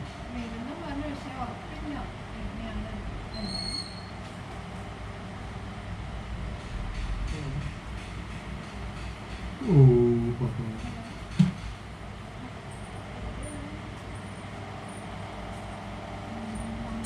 അപ്പം ഞാൻ പറഞ്ഞത് ശ്രീകണ്ഠപുരം നോക്ക് ചോദിക്കും. ശ്രീകണ്ഠപുരം അവിടുന്ന് ബസ്സിന് നിങ്ങൾക്ക് അവിടുന്ന് അവിടുന്ന് കുറച്ച് വളരെ കുറച്ചല്ലതാണ് അല്ല അത് വരുന്നുണ്ടോന്ന് പറഞ്ഞതാ ഞാൻ വിചാരിച്ചു.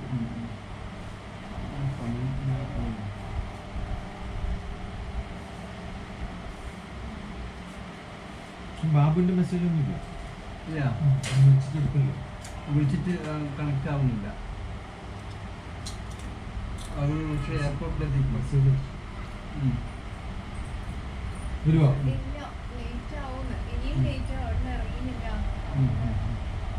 ശ്രീകണ്ഠപുരം ഞാനാക്കിയാല്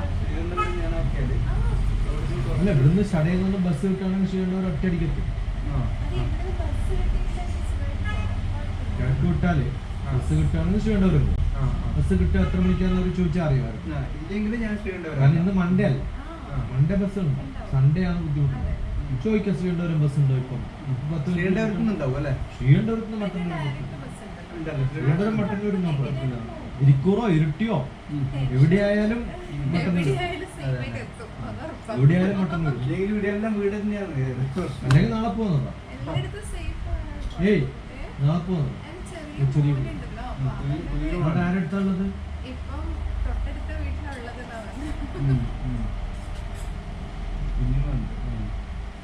അവൻ വേറൊരു ലെവലാണ്. അവന്റെ ഒരു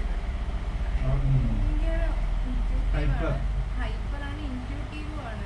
നമ്മളിപ്പോ ഇങ്ങനെ കണ്ട അവനറിയാം എന്താ അമ്മ ചിന്തിക്കുന്നത്. എന്നോട് പറയുന്നത് ഞാൻ ടെൻഷനൊക്കെ ഇപ്പൊ എത്രയായി പ്രായം?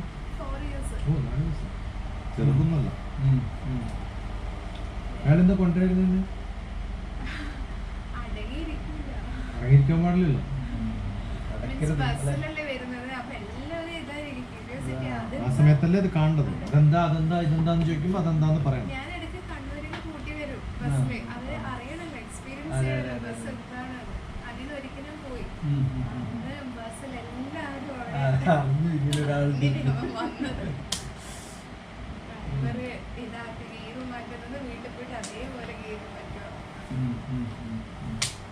വരച്ചോ വരച്ചോ അവൻ വരെ തുടങ്ങിയതേ ഉള്ളൂ. എന്തോ ആയിട്ട് നിങ്ങൾ കൊണ്ടുവന്ന് ഞാൻ ശരിയാക്കി തരാം. ബാക്കി എപ്പ ശരിയാക്കി തരാം. അവന് എന്താ സംശയം ഇത് ശരിയാവുമോ? നിങ്ങൾ കൊണ്ടുപോവാ. ഇത് കാണിക്കണോ? ഫ്ലോപ്പായി എന്നു പറയുന്നത്. അതൊന്നും ഫ്ലോപ്പ് ആയിട്ടില്ല, ദുഗ്ഗറായിട്ട് അടിപൊളിയായിട്ട്. നിങ്ങൾ വാ. Light light It's okay. It's much better. ഇതെന്താ കാരണം അറിയാം? കാണിച്ചത് ഇത് കാരണം ഞാൻ പറഞ്ഞത്. ഇത് കാരണം എന്താ വെച്ചാല് ഒരാളെ വരയ്ക്കുമ്പോൾ ആദ്യം ശ്രദ്ധിക്കേണ്ടത്, നോക്ക്, ഈ കണ്ണിന്റെ നേരെയാണ് ചെവി, ആണോ അല്ലേ? അല്ലേ? കണ്ണിന്റെ നേരെയല്ലേ ചെവി. അപ്പൊ ഈ കണ്ണ് തീരുന്നത് ചെവി തുടങ്ങി. കറക്റ്റാണോ? ഇനി നോക്ക്, താഴത്ത് ഈ ചെവിയുടെ നേരെയല്ലേ ഈ ചുണ്ട് വരുന്നത്? എന്റെ ഈ ചെവിയുടെ നേരെയാണോ ഇത് വരുന്നത്? ആ അല്ല, അത് വലുതാക്കണം. ചെവി വലുതാക്കിയാൽ മനസ്സിലാണ്ട. ഇതിങ്ങനല്ല, ഈ ചെവി ഇങ്ങനെ തന്നെ വരണം, ഈ ചെവി ഇങ്ങനെ തന്നെ വരണം. ഗോട്ട്. ഇനി ഈ ഒരു ഇതില്ലേ, ഈ ചുണ്ട് വരക്കുമ്പോൾ ശരിക്കും ഇങ്ങനെ വരക്കണം. ഇത് ഫ്ലാറ്റ് അല്ല. നമ്മുടെ ഈ താഴത്തെ ചുണ്ട് എപ്പോഴും ഇങ്ങനെയാണ്, മുകളിലത്തേത് മാത്രമേ ഇങ്ങനെ. ഈ മൂക്കും ഇതും തമ്മിലുള്ള വ്യത്യാസത്തിലില്ല. എന്ത് ചെയ്യണം? ഈ മൂക്ക്, എൻ്റെ മൂക്ക് പ്രത്യേകിച്ചും കുറെ കൂടി താഴ്ത്താം. മനസ്സിലാണ്ടോ? ഇത് ഈ താഴ്ത്താം. ഈ താഴ്ത്താവുമ്പോഴേ എന്താവുള്ളൂ? ഞാനാവും. ഇനി അത് വരക്കേണ്ട കാര്യമില്ല. ഇതിന് ശരിക്കും വരക്കേണ്ടതിന് പകരം നമ്മൾ എന്ത് ചെയ്യണം? നോക്കി, ഞാൻ ഇപ്പം ശരിയാക്കട്ടെ, ഇപ്പം ശരിയാക്കട്ടെ. Drawing is my another art. മനസ്സിലായോ? എന്താ കുറച്ച് ശരിയായി വരുന്നുണ്ടോ? മനസ്സിലായോ? അപ്പൊ ഇത് എപ്പോഴും മൂക്ക് ഇവിടെ, എൻ്റെ മൂക്കൊക്കെ എങ്ങനെ അറിയാം? നിങ്ങൾക്ക് ടച്ച് ചെയ്യാൻ പറ്റും. അപ്പൊ ഇത്രയും അടുത്താണ്. ഇത് ഇങ്ങനെ അധികം ഡാർക്ക് ചെയ്യാൻ തുടങ്ങരുത്. ആദ്യം സ്കെച്ച് വരച്ചിട്ട് ചെയ്യാവും. പിന്നെ എല്ലാവരുടെയും മുഖം ഒരു ഓവൽ ഷേപ്പാണ്. ഇത് നീ വല്ലാണ്ട് കുറച്ച് രണ്ട് തരത്തിലുള്ളതുണ്ടാവും. മുഖം എപ്പോഴും എന്താണ് കളിച്ചത്? മുഖം എപ്പോഴും ഒരു ഓവൽ ഷേപ്പായിരിക്കും. ആ ഓവൽ ഷേപ്പിനെ 3ആയിട്ട് വിഭജിക്കുക. എന്നിട്ട് ഇവിടെയാണ് ചെവി വരുന്നത്. മനസ്സിലായോ?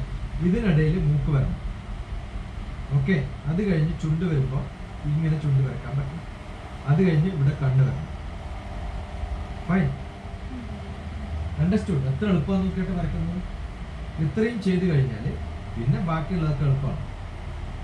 മനസ്സിലായോ? ബാക്കിയുള്ളവർക്ക് കുറച്ച് താടി, കുറച്ച് ഇതിന് അധികം സമയം ചെലവഴിക്കരുത്. നീ ചെയ്തത് കുറേ സമയം താടിക്ക് വേണ്ടി. ഈ ചെവിയുടെ ഷേപ്പ് ഉണ്ടല്ല, ഈ ഷേപ്പാണ് ഒരു മനുഷ്യന്റെ ഷേപ്പ്. ഇത് ഞാൻ ഇങ്ങനെ വരക്കരുത്. ഇങ്ങനെയല്ല എൻ്റെ ചെവി. അപ്പം നിന്റെ ചെവി ഇപ്പം ഇങ്ങനെയാണല്ലോ. ഇവന്റെ ഷേപ്പ് ഞാൻ മാറ്റി തരാം. മാറിയുണ്ടോ? ഉണ്ടോ? അപ്പൊ ഈ ചെവി ഇങ്ങനെ ആയാലും ഷേപ്പ് മാറി, ഇങ്ങനെ ആയാൽ ഷേപ്പ് മാറി. അത് ഇങ്ങനെ ആയാലോ ആളാകെ മാറി. അപ്പൊ ചെവിയുടെ ഷേപ്പാണ് ഏറ്റവും ഇമ്പോർട്ടൻറ്റ്. അപ്പൊ ശ്രദ്ധിക്കേണ്ടത് എനിക്ക് എന്ത് തരത്തിലുള്ള ചെവിയാണ്, കുറച്ചും കൂടി ഫ്ലാറ്റ് ആണ്, ഇവിടെയാണ്, ഇങ്ങനെയാണ്. ഇപ്പം നമ്മള് ബുദ്ധനെ വരയ്ക്കാന്ന് ചെയ്യും. ബുദ്ധനെ വരയ്ക്കുന്ന സമയത്ത് ചെവി ഇങ്ങനെ വരക്കണം, കാരണം ബുദ്ധന്റെ ചെവിയാണ് എടുത്ത് കാണിക്കുക. മഹാത്മാഗാന്ധിയാണെങ്കിൽ ഇങ്ങനെ വരക്കണം, മനസ്സിലായോ? അത് നോക്കുമ്പോൾ നമുക്കറിയാം. ഇയാൾ മഹാത്മാഗാന്ധി ആക്കണമെങ്കിൽ ഞാൻ എന്ത് ചെയ്യണം, ബാക്കിൽ ക്ലിപ്പ് ഇട്ടിട്ടേ ഞാൻ മഹാത്മാഗാന്ധി ആക്കാൻ പറ്റും. ഒരു ചെറിയൊരു ക്ലിപ്പ് ഇട്ട് കൊടുക്കുകയാണ് ബാക്കിൽ ഇത് വെച്ചിട്ട്, അത് പുഷ് ചെയ്ത് വെച്ച് കഴിഞ്ഞാൽ ഇവന്റെ ഷേപ്പ് മാറും. ഇവനാണെന്നേ തോന്നൂല വേറെ ആൾക്ക്, മനസ്സിലാവുണ്ടോ? ഈ 2-3 കാര്യങ്ങൾ ഒബ്സർവ് ചെയ്താൽ നിന്റെ ബാക്കി വരെയൊക്കെ കറക്റ്റ്. എന്നിട്ട് അവസാനം ബാക്കിൽ എന്ത് ചെയ്യണം, ഇതാരാ വരച്ചത്, ആരാ വരച്ചത്, SASI ശശി എന്നാണ് വരച്ചത്. എന്താണ് ഞാൻ എഴുതിയപ്പോ SASI ശശി. എന്താ ഇപ്പം എന്റെ പേരെന്നാ, കിഷൻ. സ്പെല്ലിംഗ് എന്നാ, KISHAN.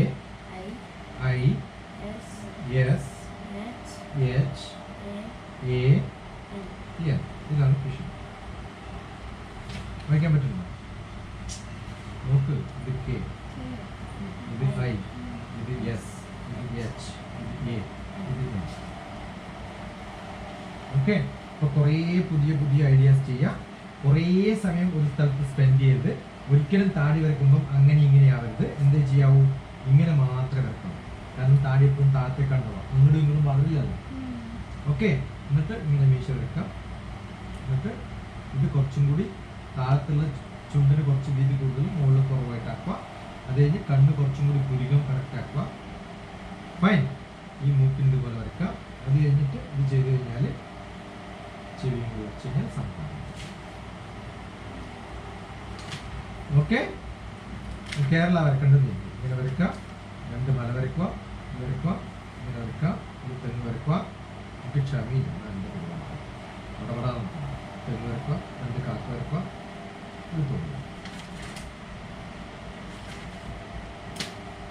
ഡ്രോയിങ് മാസ്റ്റർ ആണോ അല്ലേ?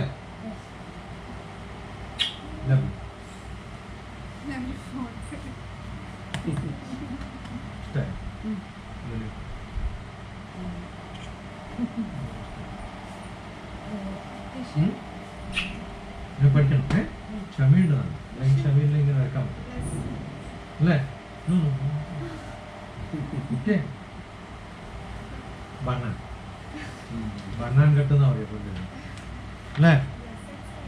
ബണ്ണാൻ കെട്ടുന്ന പറയാ.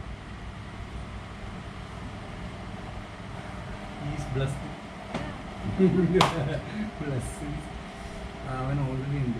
നമ്മളെല്ലാം ചെയ്യും പിള്ളേർക്ക്, പാട്ട്, കവിത, ഡാൻസ്, സിനിമ. ഇതിന്റെ എല്ലാം ഒരു കോപ്പി ആവട്ടോ. ഇത് 2 ഉള്ളൂ, മറ്റേതിന്റെ ഓരോന്നേ ഉള്ളൂ. അതെല്ലാം കിട്ടും.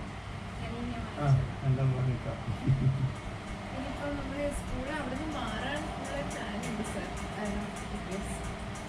അവിടെ നിന്നൊന്നും എന്തോ ഒരു നെഗറ്റീവ് എനർജി ഫീൽ ചെയ്യുന്നു അവിടെ. എന്തോ ഗും എന്ന് പറയുന്നത്. എങ്ങോട്ട് മാറ്റാനാണ്? കുറച്ചൊരു ടൗണിലേക്ക്. ഇത് ടൗണിൽ തന്നെയാണ്, വേറൊരു വീട് ഉണ്ടെന്ന് പറഞ്ഞു. ഇപ്പൊ മാറ്റണം. ഈ പരിപാടി തുടങ്ങുന്നതിന് മുമ്പ് മാറ്റി 15 ദിവസത്തിനുള്ള മാറ്റിയാൽ മാറ്റും, അല്ലെങ്കിൽ പോകും. മെയ് 13-ാം തീയതി വരെ ഡേറ്റ് തരാം. ആയി, ഇനി 13 ദിവസമേ ഉള്ളൂ. അടുത്ത 13 ദിവസത്തിനുള്ളിൽ മാറ്റാൻ മാറ്റുക, അല്ലെങ്കിൽ വിടുക. അവിടെ അവരൊന്ന് കോണ്ടാക്ട് ചെയ്തിട്ട് നോക്കണം. ഇതൊരു എന്തോ ഒരു ഗും എന്ന് പറഞ്ഞൊരു ഫീൽ. ഇതിലേക്ക് പോകുമ്പോൾ തന്നെ ഒരു ഹെഡേക്ക് ഒക്കെ വരും. 15-നും 20-നും 22-നും ഇടയിലാണെങ്കിൽ ഞാൻ വരാം. 15-നും 22, 23. 13-ാം തീയതി നോമ്പ് വരും. 15 മുതൽ ഇവിടെ ഉണ്ട്. ഞാൻ എന്താ 22-ാം തീയതിയുള്ള പരിപാടി ഇപ്പം പോസ്റ്റ്പോൺ ചെയ്ത് ജൂണിലാക്കി. അപ്പോൾ ഞാൻ ഫ്രീ. ഇപ്പൊ 15 ഈ മെയ് 15 മുതൽ ഇങ്ങോട്ട് വരാം. വേണമെങ്കിൽ ഒരാഴ്ച എപ്പോഴെങ്കിലും വരാം. എല്ലാവരുടെയൊക്കെ വിസിറ്റ് ചെയ്യണം. അല്ല, ഇങ്ങനെയുള്ള ആ ഒരു ഓർഗനൈസ് ചെയ്യാൻ പ്രോഗ്രാം ഓർഗനൈസ് ചെയ്താൽ വരാം. അല്ലെങ്കിൽ നിങ്ങൾ ഇപ്പൊ ചെയ്തിട്ട് പിന്നെ ജൂണിൽ സ്കൂൾ തുടങ്ങിയപ്പോൾ നടക്കൂല. അതുകൊണ്ട് ഇക്കൊല്ലം വിട്ടു, തീർന്നു. ആകെ ഒരു 15 ദിവസമേ ഉള്ളൂ. എന്തെങ്കിലും ചെയ്യണമെങ്കിൽ 15 ദിവസത്തോളം ചെയ്യണം, അല്ലെങ്കിൽ പോസ്റ്റ്പോൺ. കാരണം ഈ ഇപ്പൊ 15-ാം തീയതിക്ക് മുമ്പ് പരിപാടി തുടങ്ങി 15 മുതൽ 30 അഡ്മിഷൻ ആയില്ലെങ്കിൽ ജൂൺ 1-ന് എല്ലാവരും പിന്നെ തീർന്നില്ലേ കഥ. എങ്ങനെയാണ് അത് ഈ 10 ദിവസത്തിനുള്ളിൽ അഡ്വർടൈസ്മെന്റ് കൊടുത്താൽ 15-ാം തീയതി മുതൽ 30-ാം തീയതി വരെ admission open. Teachers appointment, interview, camp എല്ലാം കൂടി നടന്നാല് ജൂൺ 1-ാം തീയതി മുതൽ പരിപാടി നടത്താം. അതല്ലെങ്കിൽ പാക്ക് ചെയ്ത് മതിയായി ക്ലോസ് ചെയ്തു. അതർവൈസ് കുട്ടികൾക്കും ബോറടിക്കും, ടീച്ചേഴ്സിനും ബോറടിക്കും, നിങ്ങൾക്കും ബോറടിക്കും, പൈസ ഉണ്ടാവില്ല, നഷ്ടം. ഒന്നിക്കൽ നടത്താം അല്ലെങ്കിൽ ഒഴിവാക്കും. പിന്നെ അതുപോലെ ഇപ്പൊ LKG മാത്രമായിട്ട് ഇപ്പൊ ഫസ്റ്റ് സ്റ്റാൻഡേർഡ് ഒക്കെ സ്കിപ്പ് ചെയ്താലോ? അല്ല, എന്റെ കൺസെപ്റ്റ് പ്രകാരം ഏജ് 3 to grade 3 അത് സിംഗിൾ വരെ ക്ലാസ് റൂമാണ്. അത് ഗ്രാൻഡ് മാ ചൈൽഡ് കെയർ ഒറ്റ ക്ലാസ് റൂം ഗ്രേഡ് 3 വരെ. എന്നാൽ അത് മാത്രമാക്കും അല്ലേ? അങ്ങനെയാണ് എന്റെ ഫോറിലേക്ക് കൺസെപ്റ്റ്. പോകണ്ട. Age 3 to grade 3 age 3 to grade 3 grade 3. അതിന് പിന്നെ BTM ആയാലും എല്ലാം സപ്പോർട്ട്. ബാക്കിയെല്ലാം നമുക്ക് ചെയ്യാം. ഗ്രേഡ് 4 ശേഷം വേണം. ഏജ് 3 to grade 3 അതിൽ നല്ലൊരു സ്ട്രെങ്ത് ഇല്ലെങ്കിൽ നിങ്ങൾക്ക് ടീച്ചേഴ്സ് നോക്കിയാൽ മുതലാവില്ല. ഇവർക്ക് തന്നെ മുതലാവുന്നില്ല. BTM-ന് പള്ളി കമ്മിറ്റി ആയതുകൊണ്ട് നടക്കുന്നതാവും. ലോസ് അവർ നഷ്ടത്തിലാണ്. കാരണം അവർക്ക് 10-ാം ക്ലാസ് 2 കുട്ടികളുള്ളൂ. കഴിഞ്ഞ ബാച്ചിൽ 10-ാം ക്ലാസ്സിൽ 4 കുട്ടികളുള്ളൂ. 4 കുട്ടികൾ ടീച്ചറേക്കണ്ടേ? അതെ, അതാണ് ഇപ്പൊ ഞാനും അവര് പ്രിൻസിപ്പൾക്ക് 30,000 രൂപ ശമ്പളം കൊടുക്കണ്ടേ? നല്ലൊരു ഫൗണ്ടേഷൻ ഉണ്ടാക്കിയിട്ട് മറ്റുള്ളവർക്ക് കൊടുക്കുക. പിന്നെ ആഫ്റ്റർ സ്കൂൾ കുറച്ചുകൂടി നന്നായിട്ട് ചെയ്യാം. Other program what I said is after school tuition centre. നിങ്ങൾ കുറെ ആൾക്കാരെ വെക്കുക. മാസ്റ്റേഴ്സ് ഈ വരുന്ന ടീച്ചേഴ്സിനൊക്കെ നമ്മൾ അപ്പോയിന്റ് ചെയ്യും.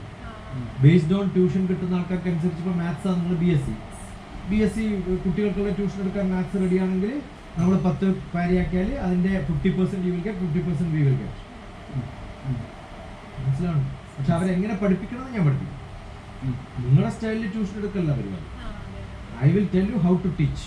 അത് പഠിപ്പിച്ചിട്ട് ആ സ്റ്റൈലിൽ അവർ പഠിപ്പിച്ചാൽ I will give them a diploma in Indian learning system diploma under yoga university of America കൊടുക്കും. അങ്ങനെ ഒരു 3-4 ഡിപ്ലോമയൊക്കെ ചെയ്ത് പോസ്റ്റ് ഗ്രാജുവേഷനൊക്കെ ഉണ്ടെങ്കിൽ ഐ വിൽ ഗിവ് PhD.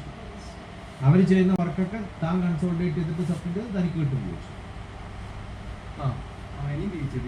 അങ്ങനെ 10 പേരെ തൻ്റെ കയ്യിൽ കിട്ടിയാൽ